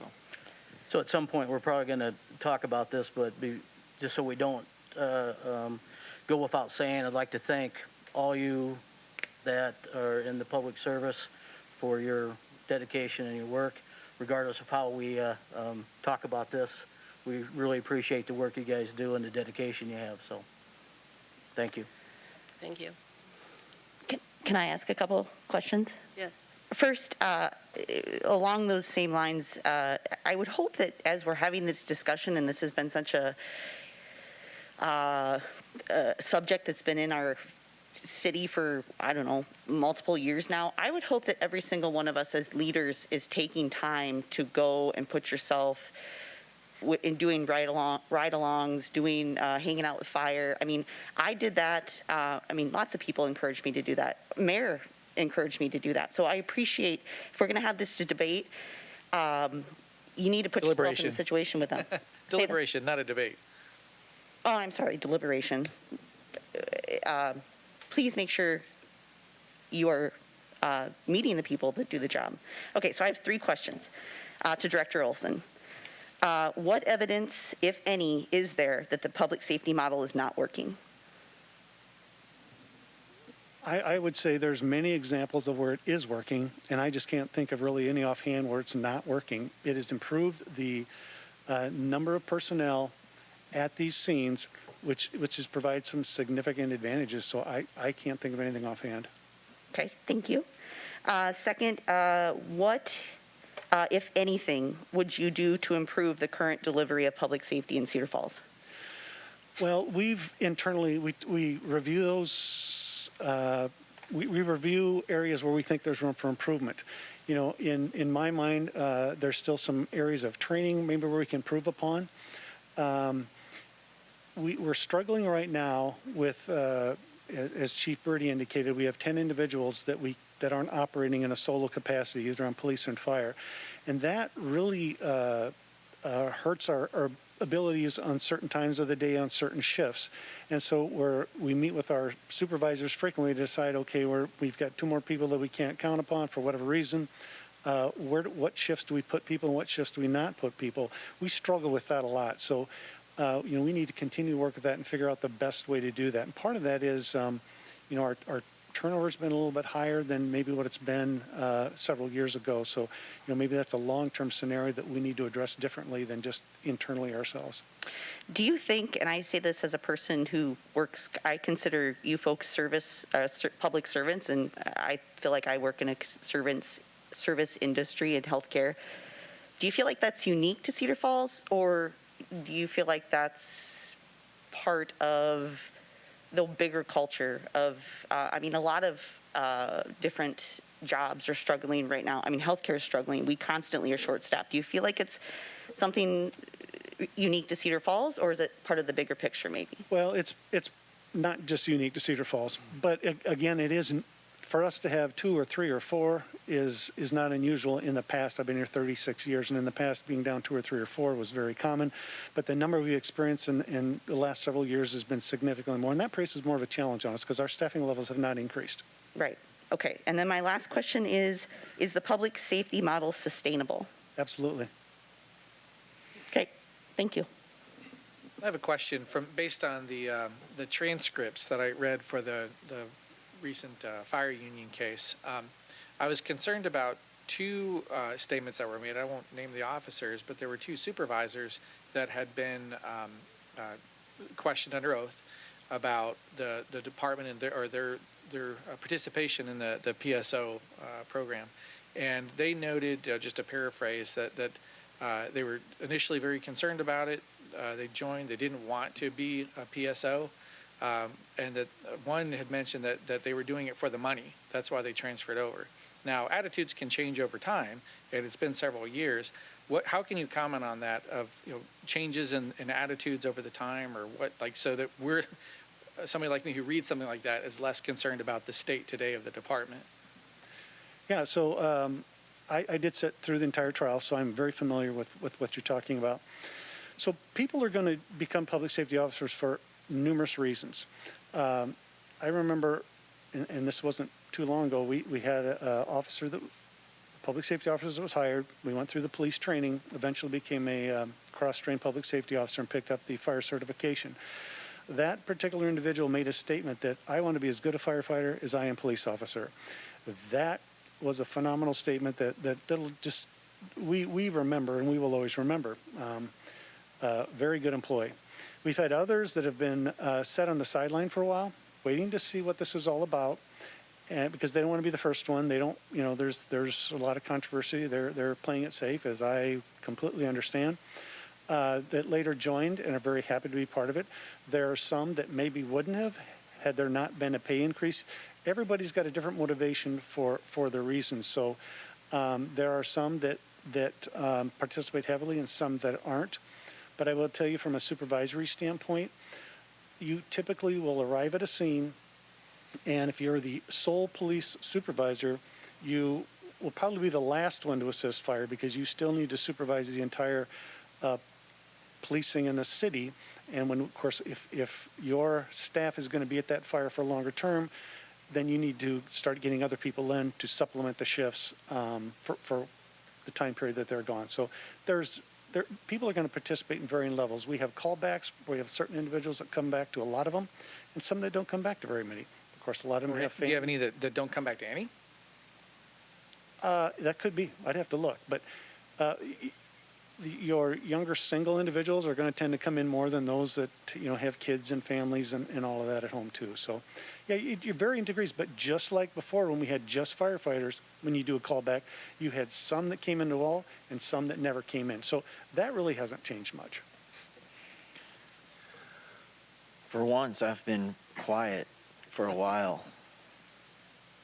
Well, I have a couple things to say. I've been thinking, I do appreciate the information. I mean, there's a lot of good stuff. Obviously, there's a lot of great things that are happening, and so thank you. I do want to say that, unfortunately, this was not really what I had wanted when I wanted this work session, because I wanted the council to talk about what concerns we have and if we want to push for any action on them. And again, not that the information is bad. I do appreciate it. Some questions that I wanted to read out, because we're not going to have time to talk about all these, but just so they're out there, is I wanted the council to sit down and say, budget growth. Do we want to have an outside entity look at budget growth within the PSO model and see if there are other options? We right now currently, I don't want to use the word force, but you have to be a PSO officer to be in the program, which is a higher pay rate, which is fine. You're doing a lot more work. And there are ways to save cost. Should we make everybody be a PSO? Are there ways around this? Is this the best way? Does council want to look at this? That's kind of what I wanted to talk about. Could we save money and still provide the same amount of coverage with having a foundational fire department and a foundational police department with a triangle thing like I've mentioned in the past? What do the PSOs think? I think the mayor mentioned that. Do we have a way to get an anonymous survey, work climate survey, to see how everybody's doing? That would be something that I would want the council to discuss and see, like, is that something we're interested in looking at? I'm trying to get to actionable items, in other words, not necessarily this is what we're doing, it's all good, it's all good. We're obviously doing a lot of great things. We live in Cedar Falls. This is a great place to live. I love living here. But I want the work session to focus on, is the council have a consensus to talk about any of these things? Physical training aspect, that's another concern. What the other cities with respected full-time departments require. And I'm not talking about the firefighter 1, 2, or 3. I'm talking about, there's been questions that I can't answer about Cooper versus CPAT? Versus that? Does the council want to direct us to get information on that? Hence the work session, gather metrics and gather data, figure out ways to do that, which we haven't talked about any of. Hiring and promotional practices. Why do we no longer bring in outside public safety to help us promote? Do we have strong enough requirements? Does the council, what are other firefighter or fire stations and police entities using as criteria to become a captain and supervisor? Does the council want to look into that, or do we not? And again, it's okay if we don't or we do, but we have to talk about it to get a consensus. There's some controversy in past promotions. Do we need to look into that and learn from that? Back to the transcripts I've heard. I don't know the law. I'm not a lawyer. But do we as a council need to direct staff to look into that? Do we need to do these things? So I guess I appreciate all the PSOs. I truly do. I appreciate the staff time.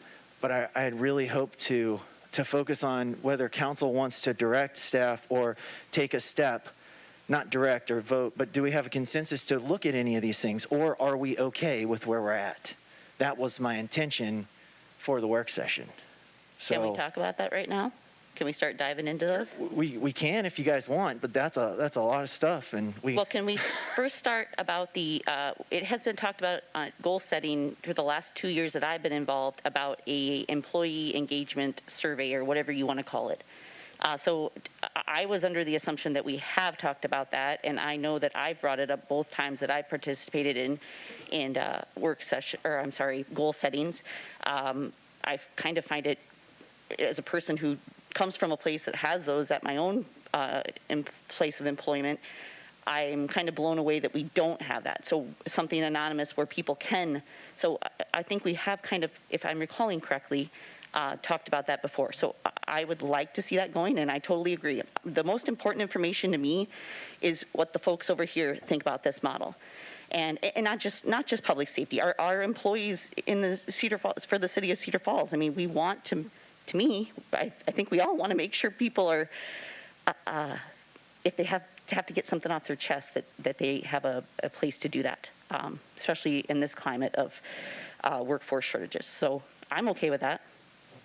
I am too, and we have talked about it in the past. We just still haven't done it. I believe it's in the goal setting to have that workplace climate survey. Could we put a due date on that of May 1st? Well, Get I consensus don't know around that. if we Is that could do possible? that in a work session. Get but- consensus that we want to have that feedback by May. I wouldn't want to say under the umbrella of the entire city, but certainly for this conversation, we need to know what these officers really think about. I would love to hear what their thoughts are. That would be fantastic. And to feel protected too. Yeah, anonymous, of course. I have one more question for, Bertie or Mr. Olson. This $3 million, that would add 30 employees, is that not correct?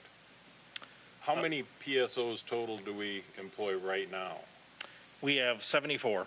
Well, we have 74 full-time employees. 4 of them are not cross-trained. So then we'd be at 104 employees. Don't we already have people who cover the fire side? So why are we adding on 30 jobs when some of these people are already qualified to do that fire side? All we're truly doing is just dividing it back up and having a police department and a fire department separately headed by a chief. That's where I'm confused. The $3 million is to hire 30 more employees. But that'd put us at 104. I don't know what our highest amount we've ever employed in Cedar Falls is, but that's a tremendous amount. I thought it was always down around 74, 5. Well, that number of adding 7 to a shift is to get your fire shifts to 15. So let's say 3 of them can be off every day. That way you'd have 12 working and you'd have 12 responding to fires. And it's the service level. You got to decide what's the service level we want to be able to respond to fires and then drive the numbers from there. See, but that's where I'm still confused. You're hiring 30 more people and we already have those people employed. This just adds on 30 more people at $100,000 a piece. And if you started a professional firefighter, they wouldn't start at $100,000. It was, if I remember right, 86,000 something plus the 12% for the IPERS, and then the insurance was $1,000 a month. Well, that $3 million is really representing if you stop all the cross training and you still want to get 12 firefighters to every fire. That's what we would need to do that. And we employ how many right now at this time? PSOs, that's police and fire. We have 74 full-time positions from the director down to our newest employee. And everyone is cross-trained except 2 police and 2 fire. And so you're going to add on 30 more people, you're saying? Well, like I said, really you got to start with what's the service level you want? How many people do you want going on fire trucks to a fire? And when you figure that number, then figure the organizations. That was the number to get us to the service that we're getting right now. Yeah. So now we have 12 going to fires right now in the public safety officer model. We've doubled it from 6 to 12. How much was always the minimum? Wasn't it 7, or did it even drop down to 6? Oh, yeah. In 2014, Chief Schilling dropped it from 7 down to 6. And he thought that was adequate? That's the number he gave us. Okay, that's all I wanted to know. Thank you. And, one more thing. Thanks for all your years of service, Chief Olson. 40 years is a long time. I would say to get to, what the mayor and Simon were saying too, we did this presentation trying to give an overview, and it is tough to give an overview because we do a lot between police, fire, and EMS. So it may seem like we're short on the details. It's because we were trying to do a quick overview. So, and we owe Councilman Ganfield some numbers. I appreciate the info. I do. I think it's good to have info. I just wanted to have more of a conversation with council about what actionable items are we looking into, or are we okay? Because then that doesn't leave the PSO employees hanging. They want to know what's going on. It's tough for everybody. So I would like to, if there's not a consensus to move forward with looking at anything, then we don't need to keep talking about how many people we have there or don't have there. If there is a consensus to move forward, then we can dive into the details more. That's kind of what I mean by it. Yeah, and it sounds like what we talked about tonight was a justification of the PSO model as a whole. And at least for me, my concern isn't about the outcome or the final numbers. It's much more about the standards and the certifications and the process that we get into reaching these, like the levels that we're at now. And I there may be some council members who are there too. And as a point for that, I think of, for every firefighter that had been on duty 10 years ago, could they have lifted 200-pound me out of a burning building? And Not necessarily. yeah. So, and if that's the standard, like I would think they could. So that's a change in realization for me that there are the physical fitness standards back then maybe weren't what they are now. Actually, the physical, I'm sorry, Mr. Mayor, but there wasn't an ongoing physical fitness standard. There was a standard when you came on at, say, age 21 or 22, 25. When I took my test I'll date myself, in 1980, actually 79, when I took my test, that was the last time I was ever tested for physical fitness in the fire department. And that's a concern for me, that there was no testing out. But that was, the union did not allow another test to be taken for the physical fitness for the firefighters. That to me seems absurd. That was not part of the union contract. So is there a standardized across the profession of annual testing for physical fitness?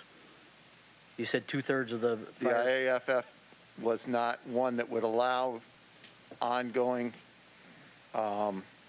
physical fitness testing that would, they would allow it as a, it's not actually a test, it was more of an opportunity to do this thing. But one of the things that actually said in the CPAT, which is one of the things you're talking about, was there would be no punitive action taken. So if that person took the test, didn't pass it, you couldn't do anything. You couldn't even make them pass the test. They could take the test and not even pass it. In some of the other cities, I know that they've done something like that where they've had some annual testing, and it was totally voluntary for the people to go there and take the test. And there were people that sat in a fire truck and didn't go take the test because they just didn't want to. Is there anything now that we have as far as physical fitness test when you enter in and a reoccurring test or anything like that? Well, one of the things that they've developed, we've kind of developed, is we do a consumption drill and a confidence drill. And we had done this, but we really had in previous years, but we really hadn't we're working on a matrix for it to kind of be able to track your own personal, because even now the union doesn't really allow you to do anything like that as far as tracking it, but they're doing it personally. They're tracking their own matrix or their own skills on it, and the times and their air consumption and that type of stuff. And they've actually developed a spreadsheet, which I don't have a clue as to how to develop all these types of spreadsheets, but they did a really good job, and it actually tracks and tells them how many minutes they stayed on air and how long it took them to go through each of the function areas of that. And I'd invite you to come down and take a look at that. The fire people would be more than happy to run you through, well, probably not run you through, but let you observe that and see how that works out, because it's really fascinating to me to see how they've done that and developed that. So I got a two-part question. So the test that requires the entrance, what is the weight that they need to carry? Right now we're using the Cooper test, which is the test that's required for the police department, and I'm probably going to get it wrong, Craig. But that's required for Law Enforcement Academy, and it's running 1.5 miles in so much time. It's doing push-ups, sit-ups, and sit and reach. Yeah. And then they're dealt with on a age and gender scale for that. The other test that I actually then have another question because I want to follow up on that. The test that does require to carry a certain amount of weight, how The much is CPAT. that? The CPAT test Yes. is the one you're talking about. Yeah. How much weight do they are required to carry? I may get this one wrong too, but I believe it was a 50-pound vest that they put on that would simulate your fire gear.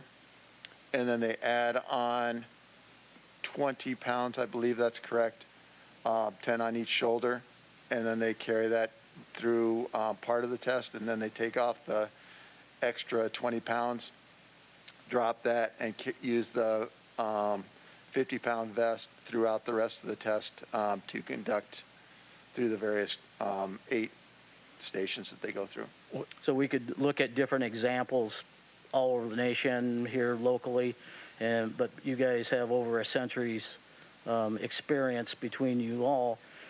How many circumstances has there been where a fighter has carried a person out? I've been here 40 years, and what we do is we operate as a team at minimum 2 people, and carrying one person out by themselves, I guess the only person that I know that's ever done that is John Zolendek, and he saved a young man at Ken Lockhart's house, and he was a pretty large young man, got him out on the roof, and then was assisted down 2 ladders by some sheriff's deputies that assisted him getting him down. So typically it's more than one person doing Right, the rescue. right. And is that then the understanding that one person would not be expected to do a rescue? Not necessarily. Even when we I mean- yes, it would generally be 2 people. I'm sorry, I kind of misspoke there. Even when we send in a rescue team, we generally have at least 2 people for that rescue team, and that's pretty much industry-wide. Okay.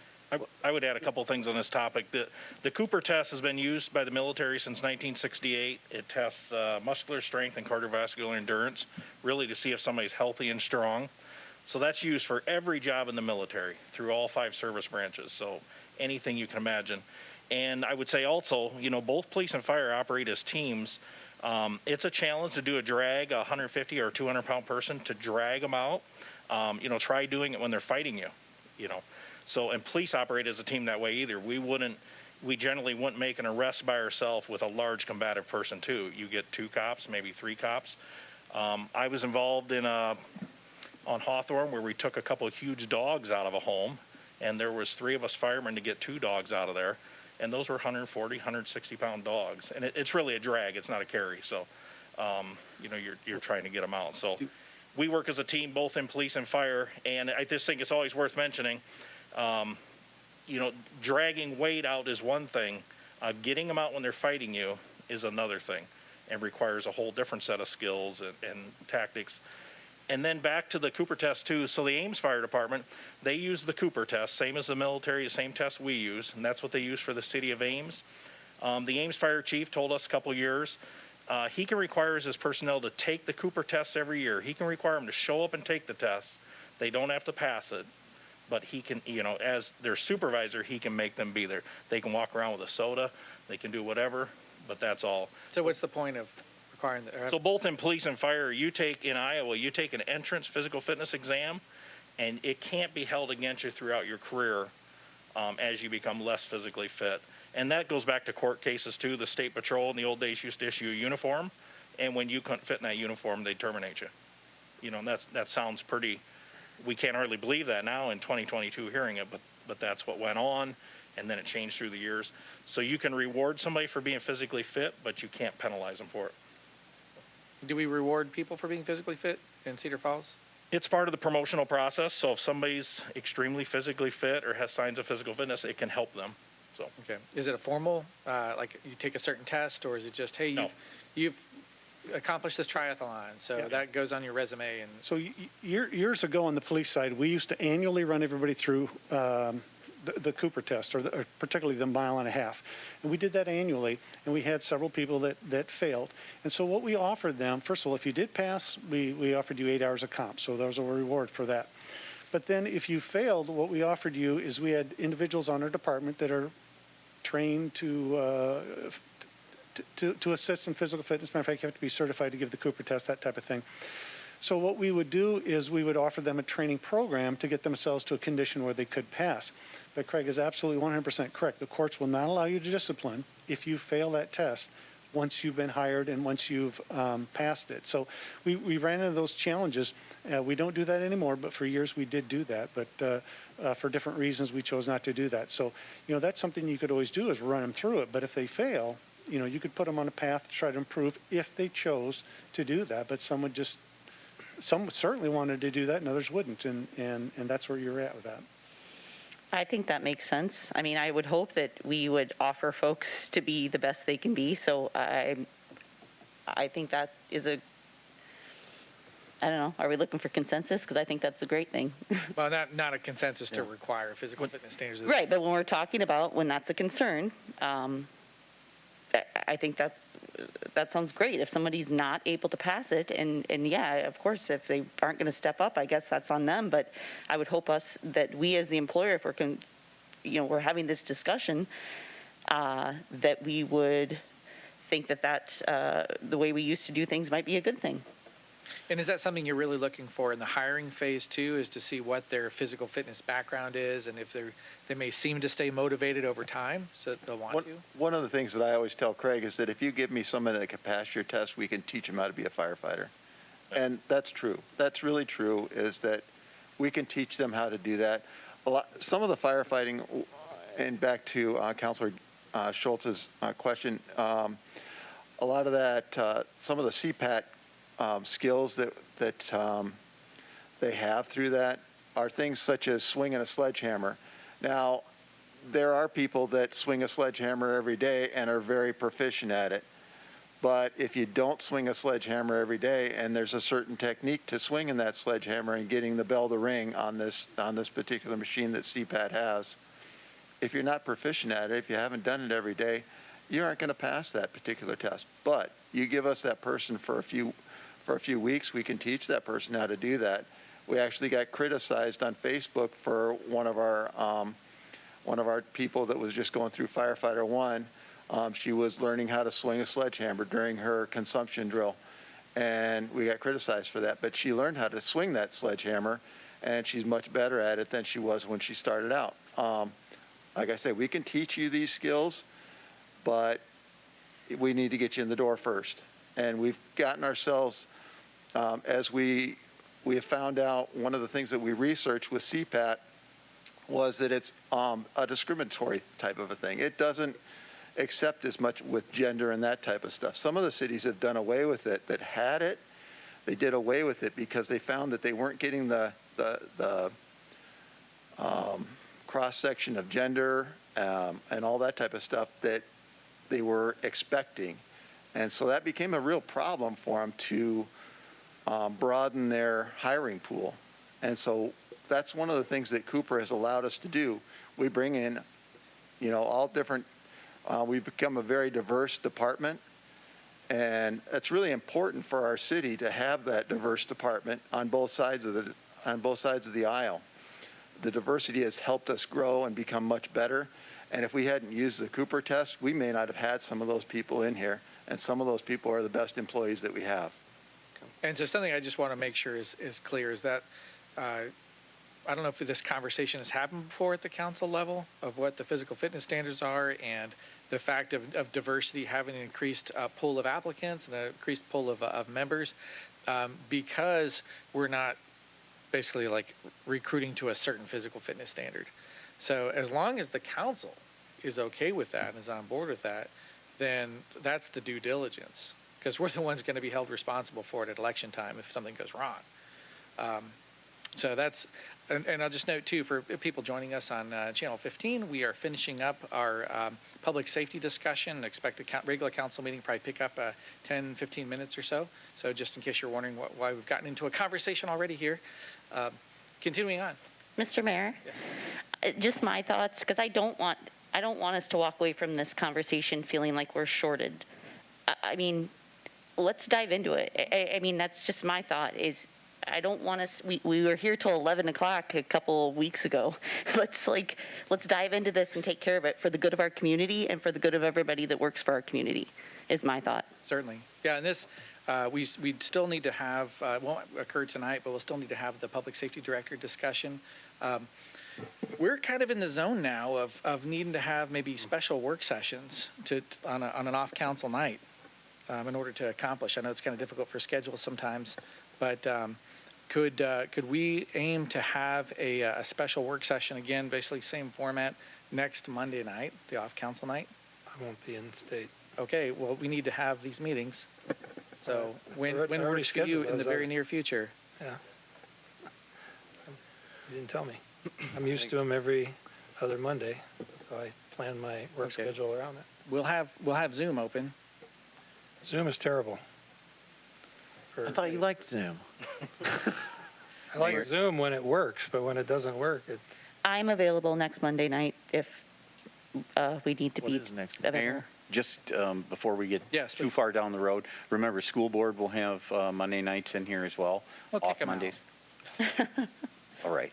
I've got a bunch of cops here. We'll be fine. let's keep talking about this. Well, I mean, so I guess my question, let me pull my thing back up.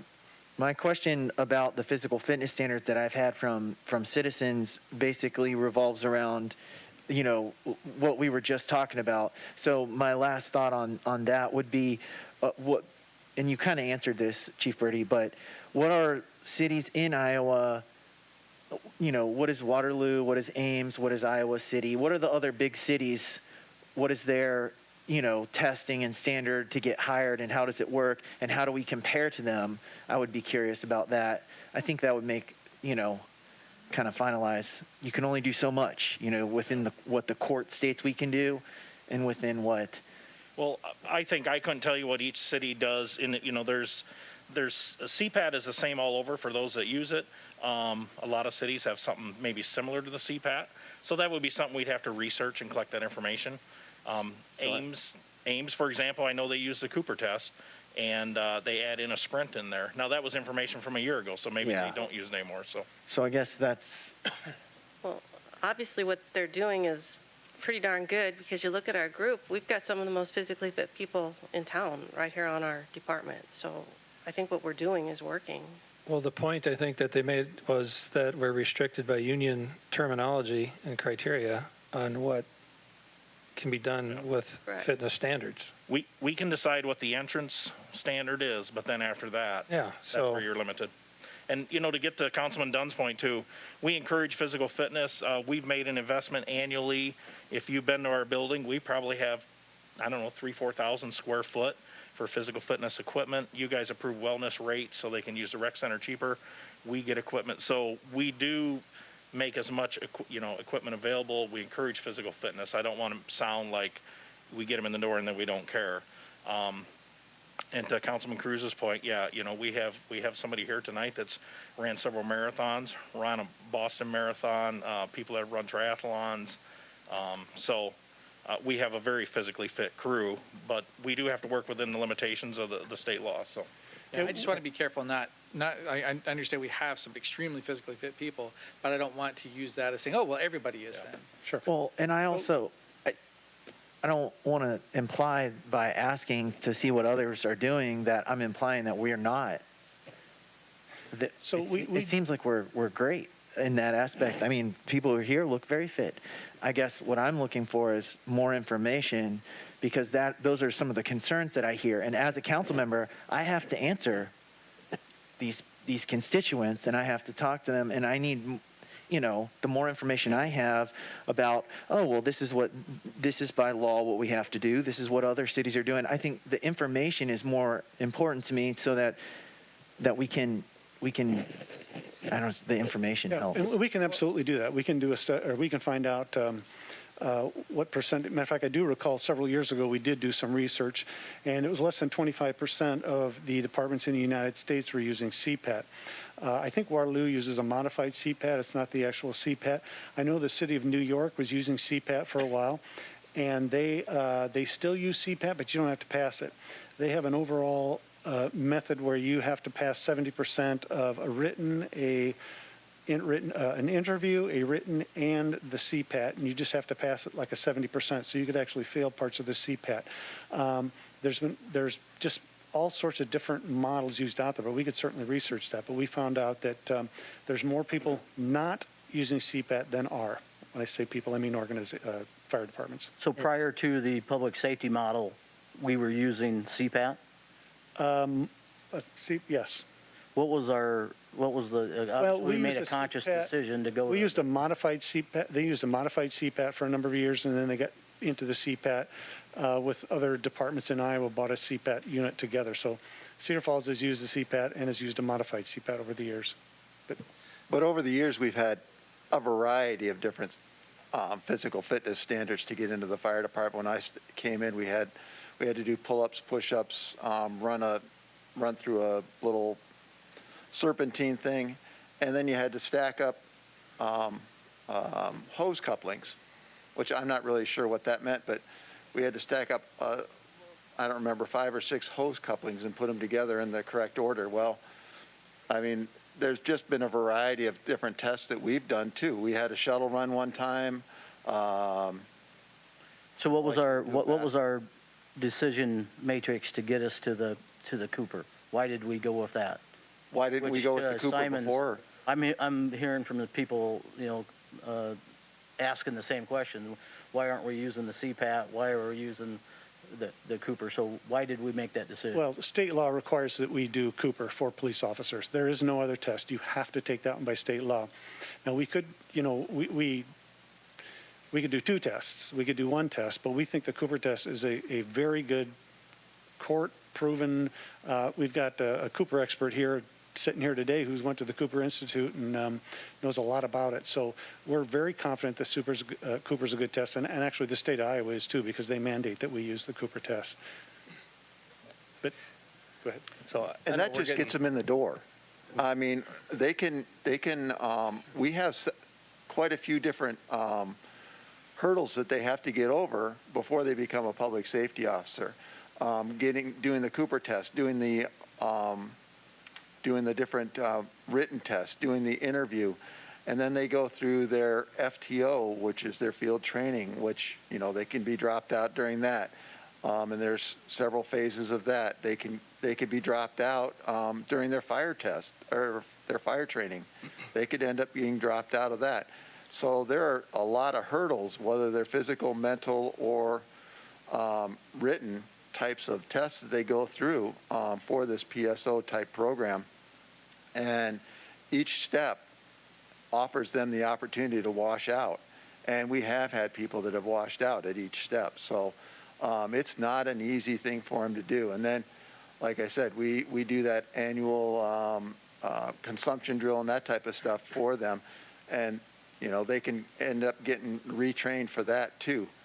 We don't wash them out once they become a public safety officer, but we do retrain them and make sure that they pass that type of stuff. So in a summation, what is, in your opinion, the biggest difference between the CPAT and the Cooper test? Well, I think the CPAT is supposed to test you on firefighter skills. The problem with the CPAT that I see and that some of the courts have upheld and some of the studies that I've read, a majority of the studies that I've read that were contrary to the CPAT said it was gender and race biased because the CPAT requires you to take firefighting skills tests before you've been trained as a firefighter. So I got to learn how to drag a hose, and I got to learn how to walk up steps with fire gear on, and I've got to crawl through a tunnel, and I've got to do all these different things that are firefighting skills. I got to swing a hammer, a sledgehammer. Well, if you're an Iowa farm boy, you're going to be pretty good at that test, which is what we have a lot of, which is great. I mean, they're wonderful. The problem is that you don't get a very diverse group of people if you just hire people that can specifically pass the CPAT test.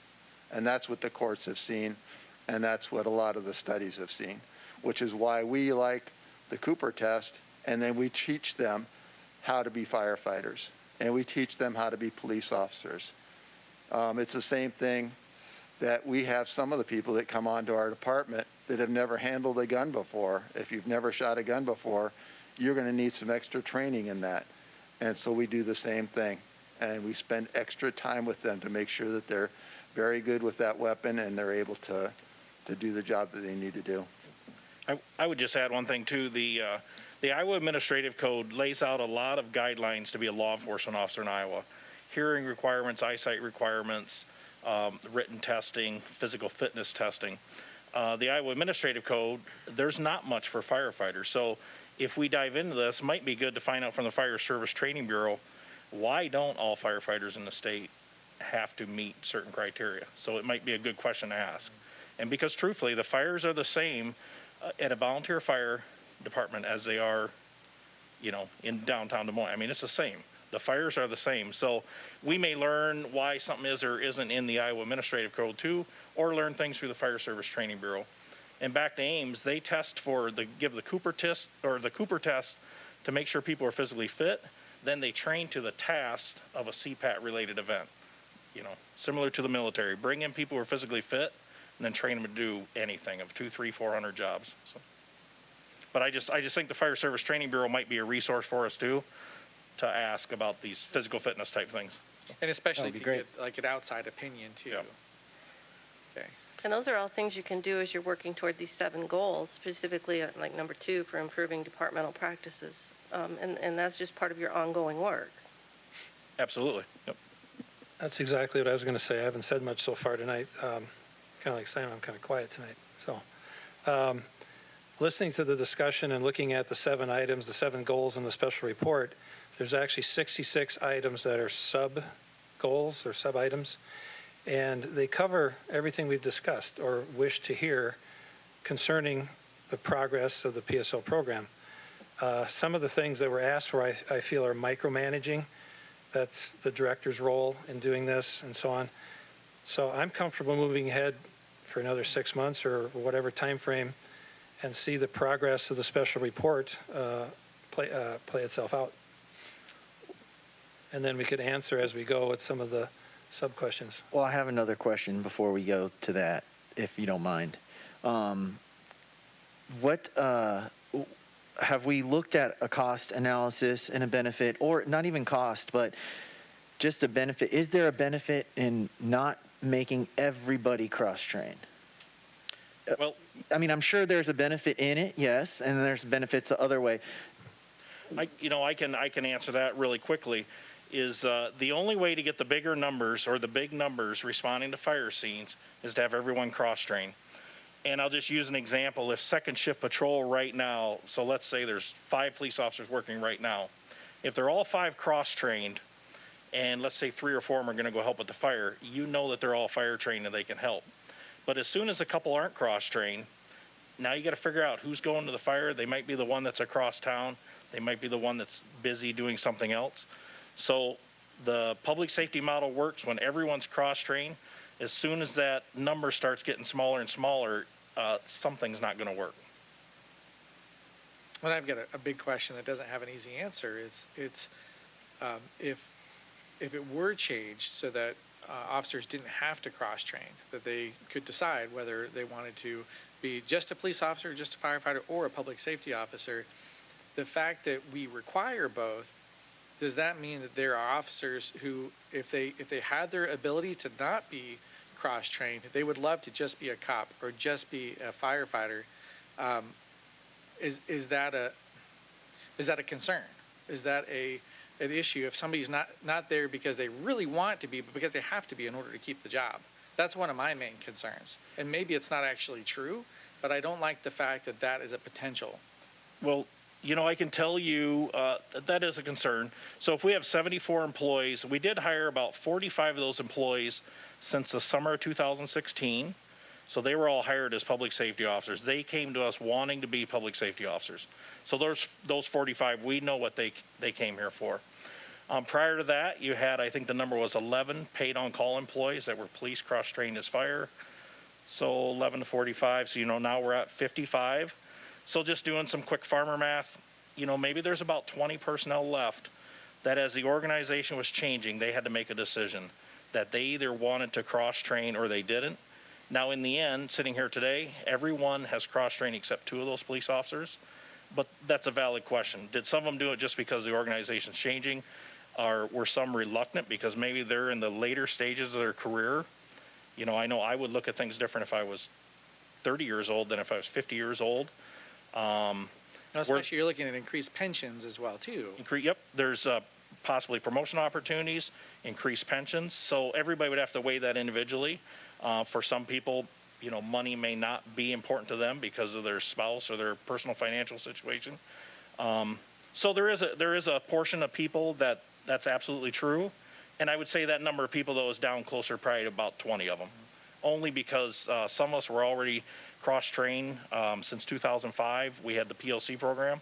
And then we've hired 45 or 46 of them since then. And those numbers could be going back and forth 3, 4, 5 people. I'm estimating. So. So in this model, is it available for a career path to become the fire chief, to become the police chief? Or is it strictly now we're going to have roles in the PSO? Well, everyone is cross-trained now. So of the 74, everybody's cross-trained except 2 senior police officers. So they're senior police officers that have not tested for the promotional process. And then on the fire side, the 2 that are cross-trained are already fire supervisors. They are 2, 3-decade career firemen who were with us, have been with the organization since the 90s or early 2000s. So. For them, though, to move up, they would need to be cross-trained. They're already fire supervisors, but if they want to continue up higher, they would need to be cross-trained because for all of our positions, it requires police and fire, training or knowledge of. So. And that's part of the job description. I believe, yes. Okay. Well, I think that's about as far as we're going to run ourselves through this tonight. Any really pertinent or important things we need to get out of the way for questions that follow on from? I mean, I think it would be possibly important to get a consensus on if people want to look at possibly offering the option, or if they're okay with continuing forward with the full implementation that we have. Okay. I mean, Yep. That's a pretty fair question because that then settles where we're at, and it also gives the employees a clear-cut way, gives the citizens, doesn't drag it on. I have enough information to know what I feel like I want to do, so we could get a consensus if everybody else is comfortable with that. I think I've got about 1,000 things I'd want to say, but clearly we don't have enough time for it. The issue here, though, that we need to figure out is, do we do an internal or an external review? I personally think that we need to have an external entity take an analysis and look at the different models that are available and get us an answer from there. In addition to that, I would be able to come to a consensus on adding career firefighters back in, because to have it as an option, we'd have to lay that groundwork anyway. Doesn't mean that we're actually dismissing anyone, just means we have to move that direction at some point. So I'd be in that favor as well. I don't think anybody will be surprised. I'm for separate police and fire departments. No PSO chief. I guess if just my thoughts, I want to know if we're going to have a discussion of going backwards. I want, what is the concern? I mean, this is an emotionally charged issue. So what is the exact concern? And as far as the third-party review, what, besides the ISO, what are the ideas? I mean, people bring that up. So what is your idea for bringing in someone that's a non-biased third party? This is a professionally rolled out professional organization. So if we're going to roll back, I don't want to just do it on gut feelings. And I don't mean that in a disrespectful way, but let's have hardcore data that says this isn't working, because it feels like it's working. And it feels like this is innovative. And it feels like, especially when we talk about money, because we're going to talk about the budget in a little bit here, we from the same people that complain about the cost of living here, I guess we can't talk out of both sides of our mouth. So I'm okay with the consensus, but I feel like I don't want to rush this. I don't want anybody to say, this was rushed. You guys rushed it. The whole point of these guys, in my mind, being here and giving this, their presentation is, look at the conversation this generated. I wanted that conversation. So I don't want anybody to sit up here and say, you guys rushed it and you didn't have the conversation. I'd rather wait, which I don't want to wait. I'd rather sit here until midnight and hash this out. But, you know, at goal setting, we talked about the, whatever, not the strategic plan, but whatever, the special report. And it was brought up that, how about we use this? You know, we have this special report. It has the goals in it. Why not check in every once in a while? Why not get the employee engagement thing? Let's look into what we've got. Let's tap into the people that do the job every day and do it well, by the way.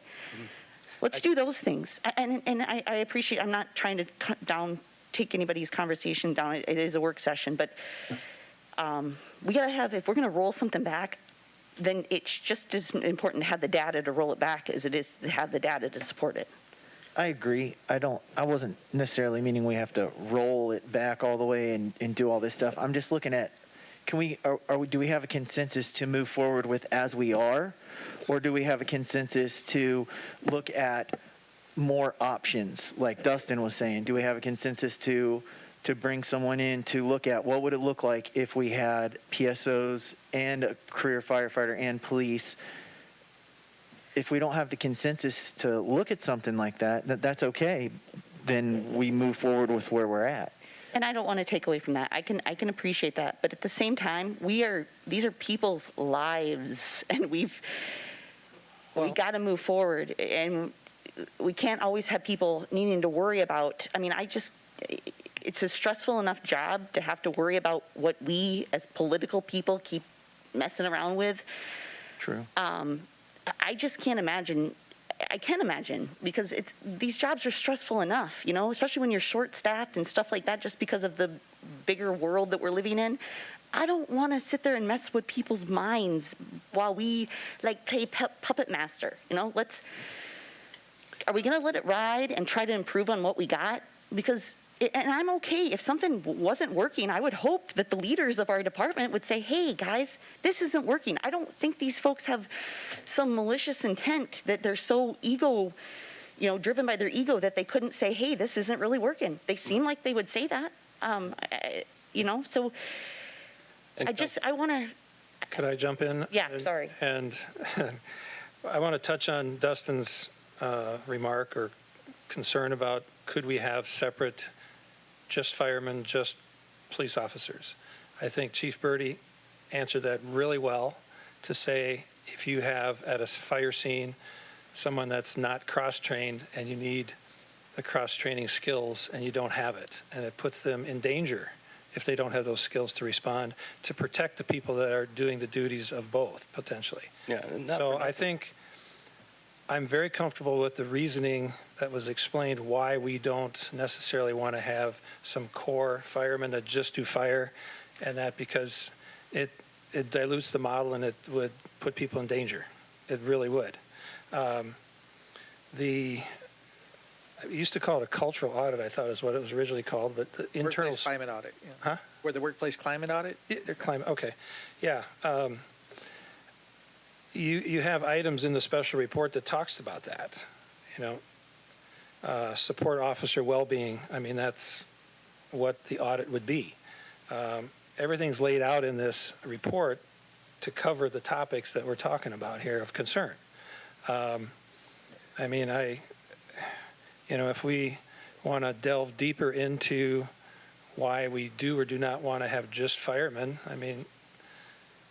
Chief Birdie, is there any more comment on that than you said? That seems pretty logical to me, to have everybody safe when they can rely on each other. They're out there in teams and groups that they all know each other's training. Just like on a football team, everybody knows what everybody can do and what's capable of doing and so on. So I don't see the need to segregate and have some non-cross-trained people. I just don't.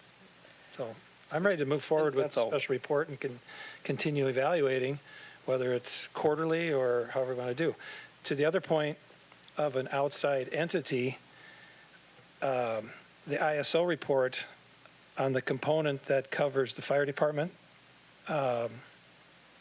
They look at the engine companies, the reserve pumpers, the pump capacity, the ladder service, deployment analysis, company personnel, training, operational considerations. It's broken down into 9 categories, and it's covered. So I'm still wondering what outside source can we have besides somebody, an organization that does nothing but travel to the United States and evaluate fire departments and safety concerns. So I know it's an insurance services thing, but the components that they analyze are critical components of the fire department. And, you know, we are evaluated by outside, and it's coming up. Our 5-year mark is not that far down the road, so that's on the horizon as well. So we'll cover all these things just in due time. And it's not like we're going to stop analyzing it. So I want to stop. With the strategic plan, if we have those availabilities for the workplace climate, we don't have those results yet. So we need to have that happen. That's one thing I would be in support of, so that needs to happen. In answer to Councilmember Dunn's point, I think as we are all looking at our budgets, that's one of the main reasons that I would look at this, right? So we had 13.9% cost of living adjustment from 15 to 21, just those years of frame. 15 or 16 was when we went to combined public safety. The cost of our total public safety went up 26% in that same time frame. So cost of living went up 14%, public safety went up 26%. So the cost there is one angle through which I want to look at this and find out, can we save some money here? I was talking with Administrator Gaines, and our public safety is one of the few places in our general budget that we can save some money for our residents. All of our citizenry is strapped right now. And as we look at our tax levy, it only behooves us to look at where are we spending money unnecessarily. If we're still doing, you know, we've seen the ready to respond commercials. If we're still doing the same thing we were doing, the public perception I had, right, wrong, or indifferent, was that we were getting rid of the fire shift because it was a waste of money to do 24-hour shifts. That was one aspect, and that may be incorrect, but it was a perception. And so while there is cross-training ability, why, if nothing has changed in our fire and policing initiatives, did we have to fire all of our firefighters and replace them with a more expensive personnel? That doesn't make sense. So I want to look at this and figure out, is there a way to get some money back in there? The reason I want to have an external entity, no disrespect, I thank you for your 40 years of service, but I received an anonymous packet of information from an individual that was in support of the PSO model that listed out in responded emails that you sent 23 issues with the public safety that we had at that time to Councilmember Miller. 12 issues you listed to Mayor Brown. Tonight, when asked what deficiencies does the public safety model have, you said none that I can think of. And no disrespect, but you're retiring. Why would I expect you to plan for the next phase if you see no problems with it? We need to be looking at this through a continuous improvement lens. And so an external entity would give us, put a fork in all the emotional issues, let that stuff sit, and figure out, is this firefighting model the best? Is that one the best? Or is that one the best? Is this one the most cost effective?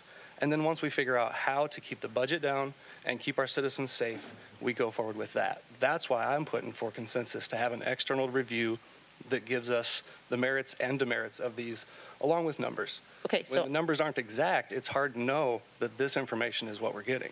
okay, so I'm not Just a anti and moment. anti. Susan had a point. I want to make sure. Sorry. we can hear Well, from her. one of the main reasons we went to this model was to improve teamwork, and we definitely have improved teamwork. And I think it's time that you go forward with the 7 goals as in the 7 report, work toward them, and that all of us become a team member, support all the officers, whether they be on the police side or the fire side. It's time to support them and support this program.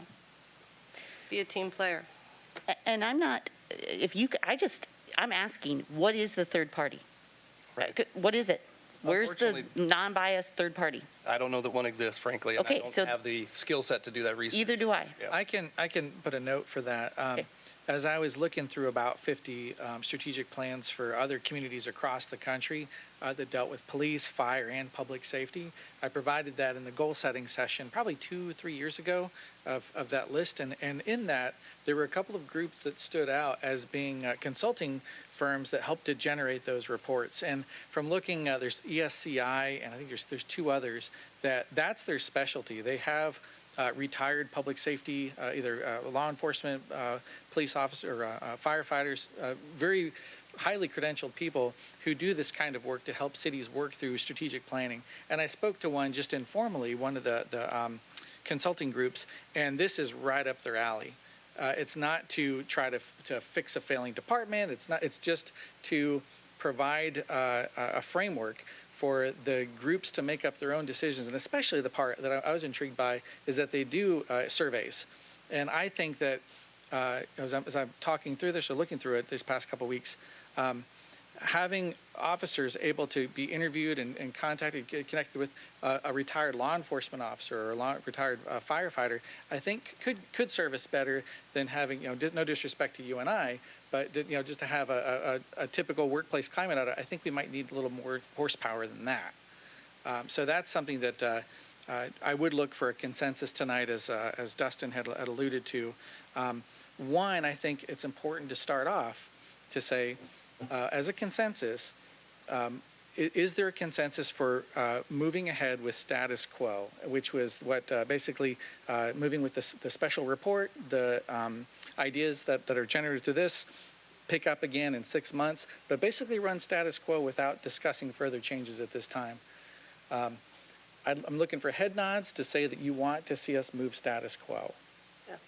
Yeah, we'll Yes. just No. continue to evaluate as we go. No, I'm asking, just head nods. Yes, So- yes, yes. Okay, so head nod, 1, 2, 3, No. 4. Can you clarify the question you're asking? Should we Yes. continue as is with no evaluation?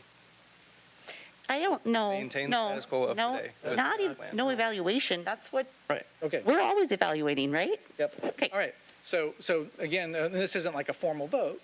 So looks like there's a sense that we want to keep moving ahead, but then there's that question of that Dustin had brought forward of having a third party come in and help evaluate us, which also could be part of the status quo. No immediate changes, but having a third party group come in and help us to better understand the dynamics within the department.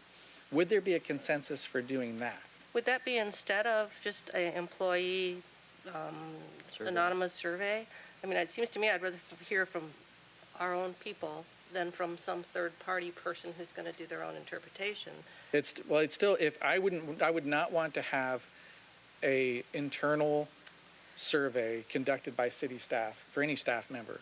I think we'll get much better, more authentic and detailed results by having a third party come in, like as UNI does CFU's workplace climate audit. Well, it seems like we talked about that a few years ago. I think, Jen, you had brought it up at one of the meetings that we had. Well, and just, I know someone mentioned it earlier, so at goal setting this year, we did talk about it, employee climate assessment survey, whatever you want to call it, and you had approved for an FY23 for us to do that. So I can tell you that new human resource manager, Bailey, who started a little bit ago, that's been right on her goals, and I said, let's find out what, opportunities we can use, who can we hire, consultant to help us do that. So we're ready to go July 1st, just knowing because we had it scheduled for FY23.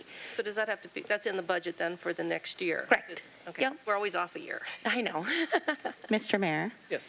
Okay, so once we did this climate study, if there was some kind, I guess I need like a reason to have, if I did a climate study with the current employees and they are happy and we're safe, I don't know that I'm going to entertain doing a outside, I can't even think right now, an outside audit. A review. Yeah. Yes, Yeah. but if these folks are incredibly unhappy and they have all kinds of concerns, then I would have that discussion all day long. But if things are great, I feel like that's not needed. I mean, just like when we do all the other consultants that we hire, there has to be a reason to do so, right? I mean, for most of us, there's got to be a reason to do so. So if there was a reason to do so, I would further entertain that discussion. At this point, I feel like it's more important to get how the folks that do this job and have done this job for years feel about the place they work anonymously. So however we can move that discussion forward as far as, yes, not an internal review, an outside review, so that people feel comfortable letting their voices be heard. Which is already budgeted. and planned. Yes, So I love that. I guess what's the further discussion then? The further discussion is timeline for sure, getting it done fast. I don't think you're going to get it done faster than what they're talking about. July 1st to start. Well, like I said, we already are starting to do the groundwork and getting background, who's out there to do such a survey. Now, again, we're not talking about just like public safety. This is all employees in the city. So we're already getting that groundwork, so we were ready to go July 1st. Now, not done July 1st. We were just hiring someone starting July 1st. Okay. I'd also note too, we've got council knowledge and questions that we've had and input from the public, for people who maybe were former firefighters. We have some of that, but there's a lot of information that came out tonight that I would like to explore that as well, to make sure that we've heard kind of both sides there. So that's something that I don't want this to be the end meeting and say, okay, we got it solved, we got the information we need, and we're done. I think we'd be short-serving our residents by not having a follow-on conversation where they've had the chance to weigh in, and especially if they weren't able to attend tonight, they can watch the video, take notes, and provide that information back as well. So I would want to have a follow-on, especially we need to do that with what's going to happen with the public safety director position.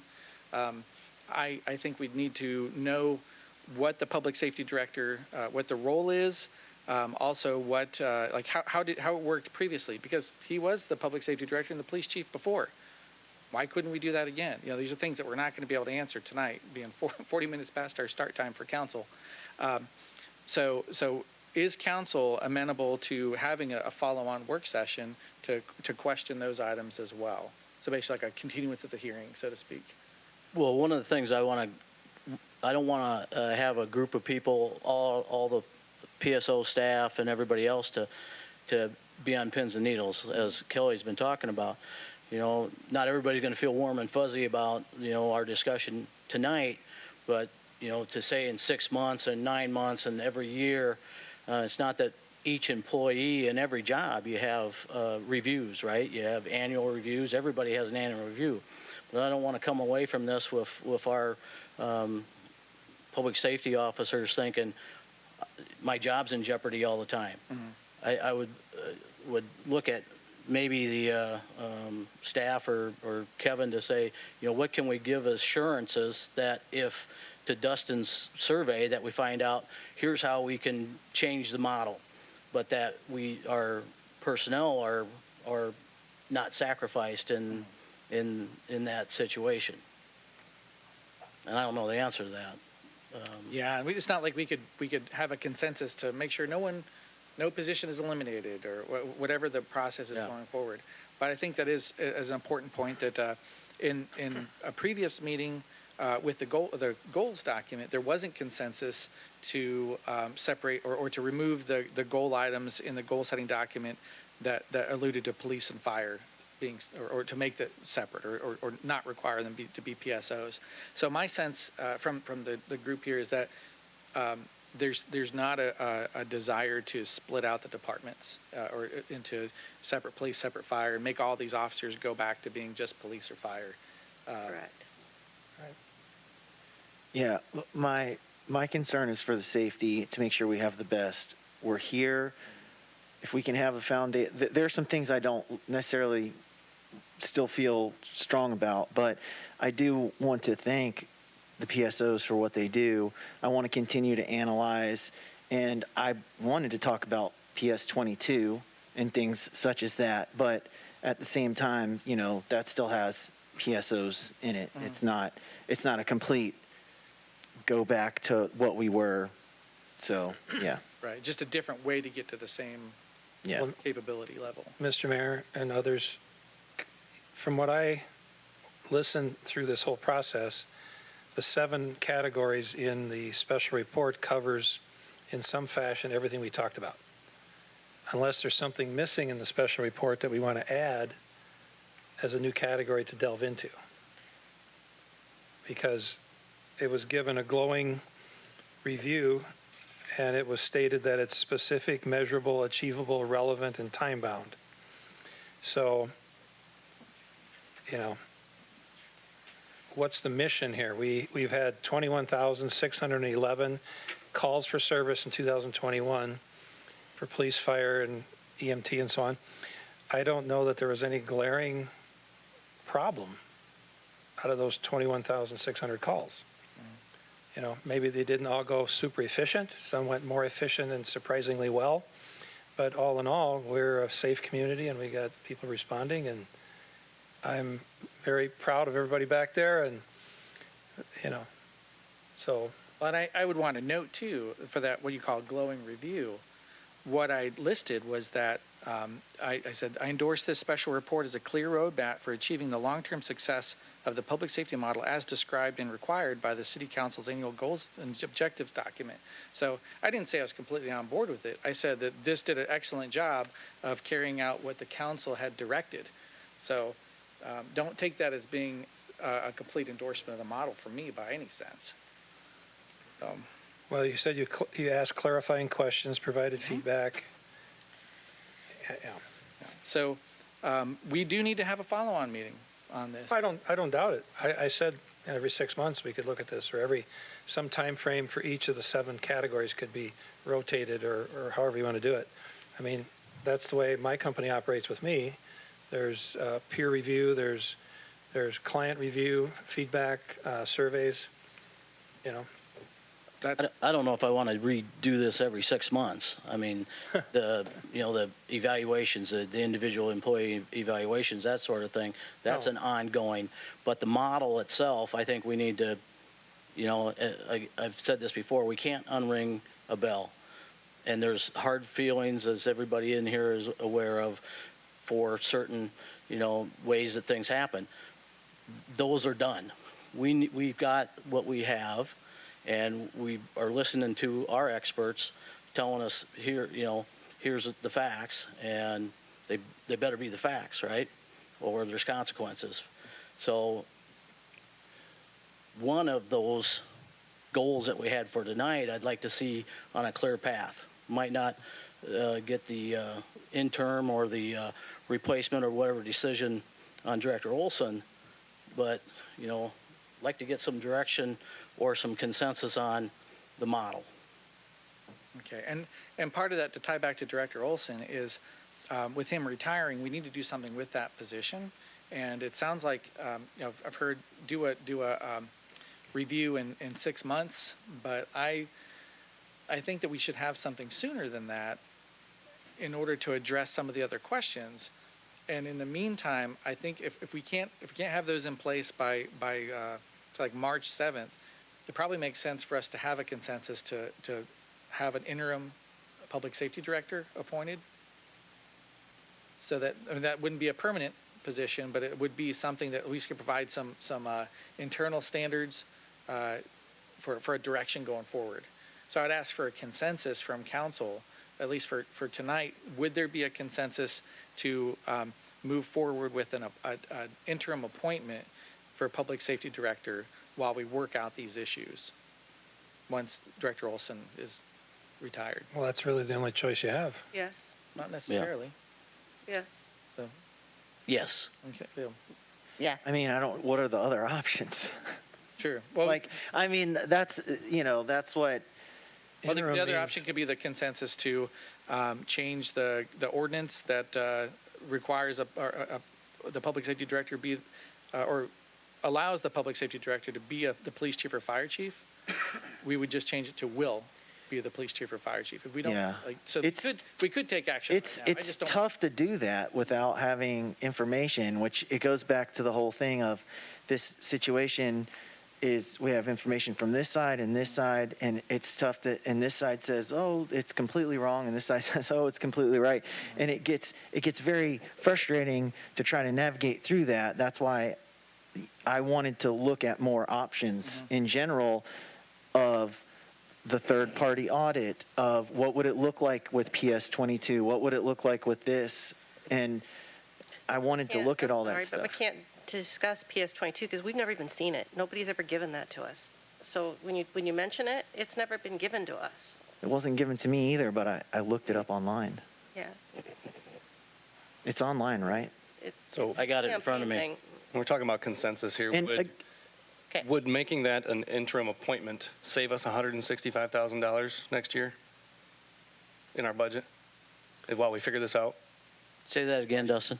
Making it a duty of one of our other chiefs in Jeff's absence, would it save us 165 plus a year in our But you budget? don't get to be interim for more than 90 days, I believe, We under can state law. extend, we Well, extended it's- police chief. Yeah, I'm just saying, we're all trying to figure out how to save our citizens money here, and we're talking about hiring on a whim tonight, make a decision. We either need to have another meeting in the short term, like next Monday, or we need to figure out whether or not we're going to publish to hire this, or if we can ask and indulge upon our other chiefs to act in that function in the time being and save 160 grand. Why not? So in that question, in that vein, I would ask whoever wants to answer this, could be any of those three or anybody else, what are the duties of Director Olson and what happens to that? What happens if he's not available, or if Chief Birdie's not available, or if Fire Chief's not available? Where are those duties landed on? So if I may, Mr. Mayor? Sure. Yeah, so look, can I give a little real quick history? So initially, I was the Public Safety Director and the Police Chief. And if you look at the history of the department, the police and fire departments, each of them have had two chiefs, or a chief on police, a chief on fire, and either assistant chief or a battalion chief or a police captain that acted as an assistant chief. So when I became the public safety director, we eliminated those assistant positions. So if you were to eliminate the public safety director position, I can only guess that your chiefs are eventually going to say, I need an assistant because I can't keep up. So if you look at the history, if you don't know the history, I clearly can see how you would say that. But in my estimation, that director / chief is going to be asking for an assistant. So you're probably not going to save any money there whatsoever. And if they both ask for assistance, you're probably not going to save any money. So that's kind of been the history with the departments. And I'd just like to add one thing real quick on that third-party review. When I go to the police chief conferences and when I went at the FBI Academy, I talked to a lot of different department heads about those departments that hire individuals come and do in third party. And I'm thinking what you may see here is you're going to see some of those individuals that do those evaluations are going to look at those FBI stats, because the FBI tracks every police department in the United States and whether they have a chief, an assistant chief, how many captains, how many civilians, how many sworn officers, and they recommend a number that's 2.2 individuals per 1,000, which is considerably more than we have for police officers. And the NFPA did a survey of about 1.5, which is way more than anyone we have here. The public safety model allows us to have fewer numbers.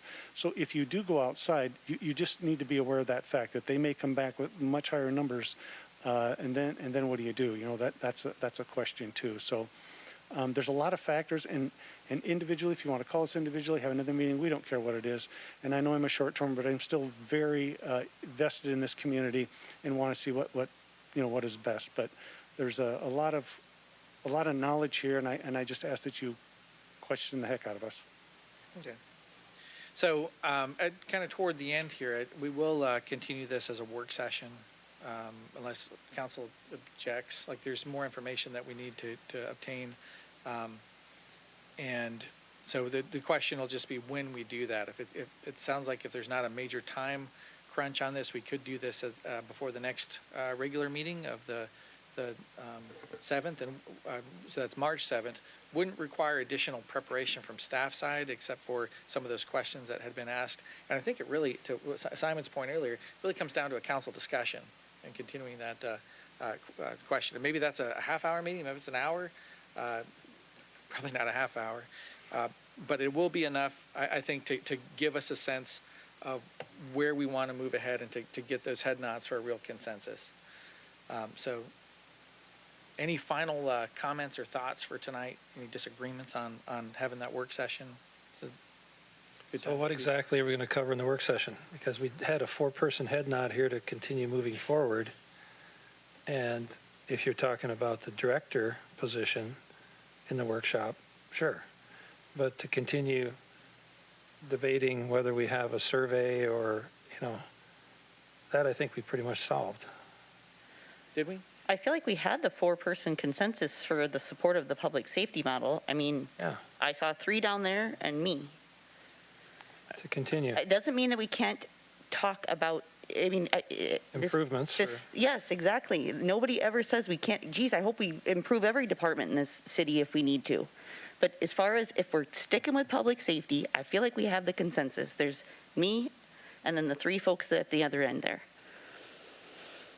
Okay, so the director position will need to be discussed, and I think that we'd want to keep it open on the agenda if things have come up through conversations this week and on before the next meeting, that maybe our counterpoints or things like that to address as well.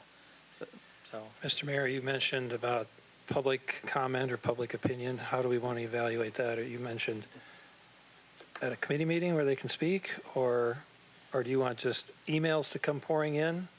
What would you like to see from the public? well, the public has the opportunity to reach out to council. We could have emails And- pouring in.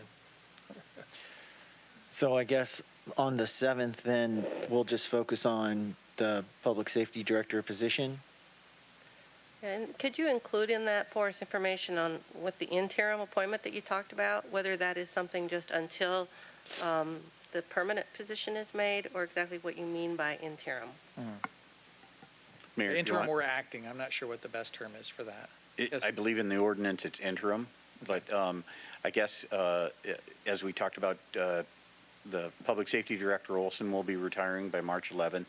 There's really no way we can go outside, advertise, and get applications back in before that time period, so somebody would be the acting or interim Public Safety Director. I'm guessing we're probably looking at a 2-month time period, and that's if we do have external candidates.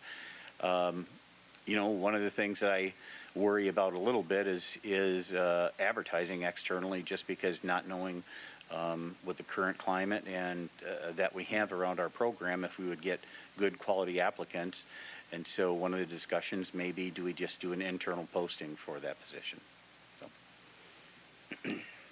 Okay, so I think that wraps up our conversation for tonight.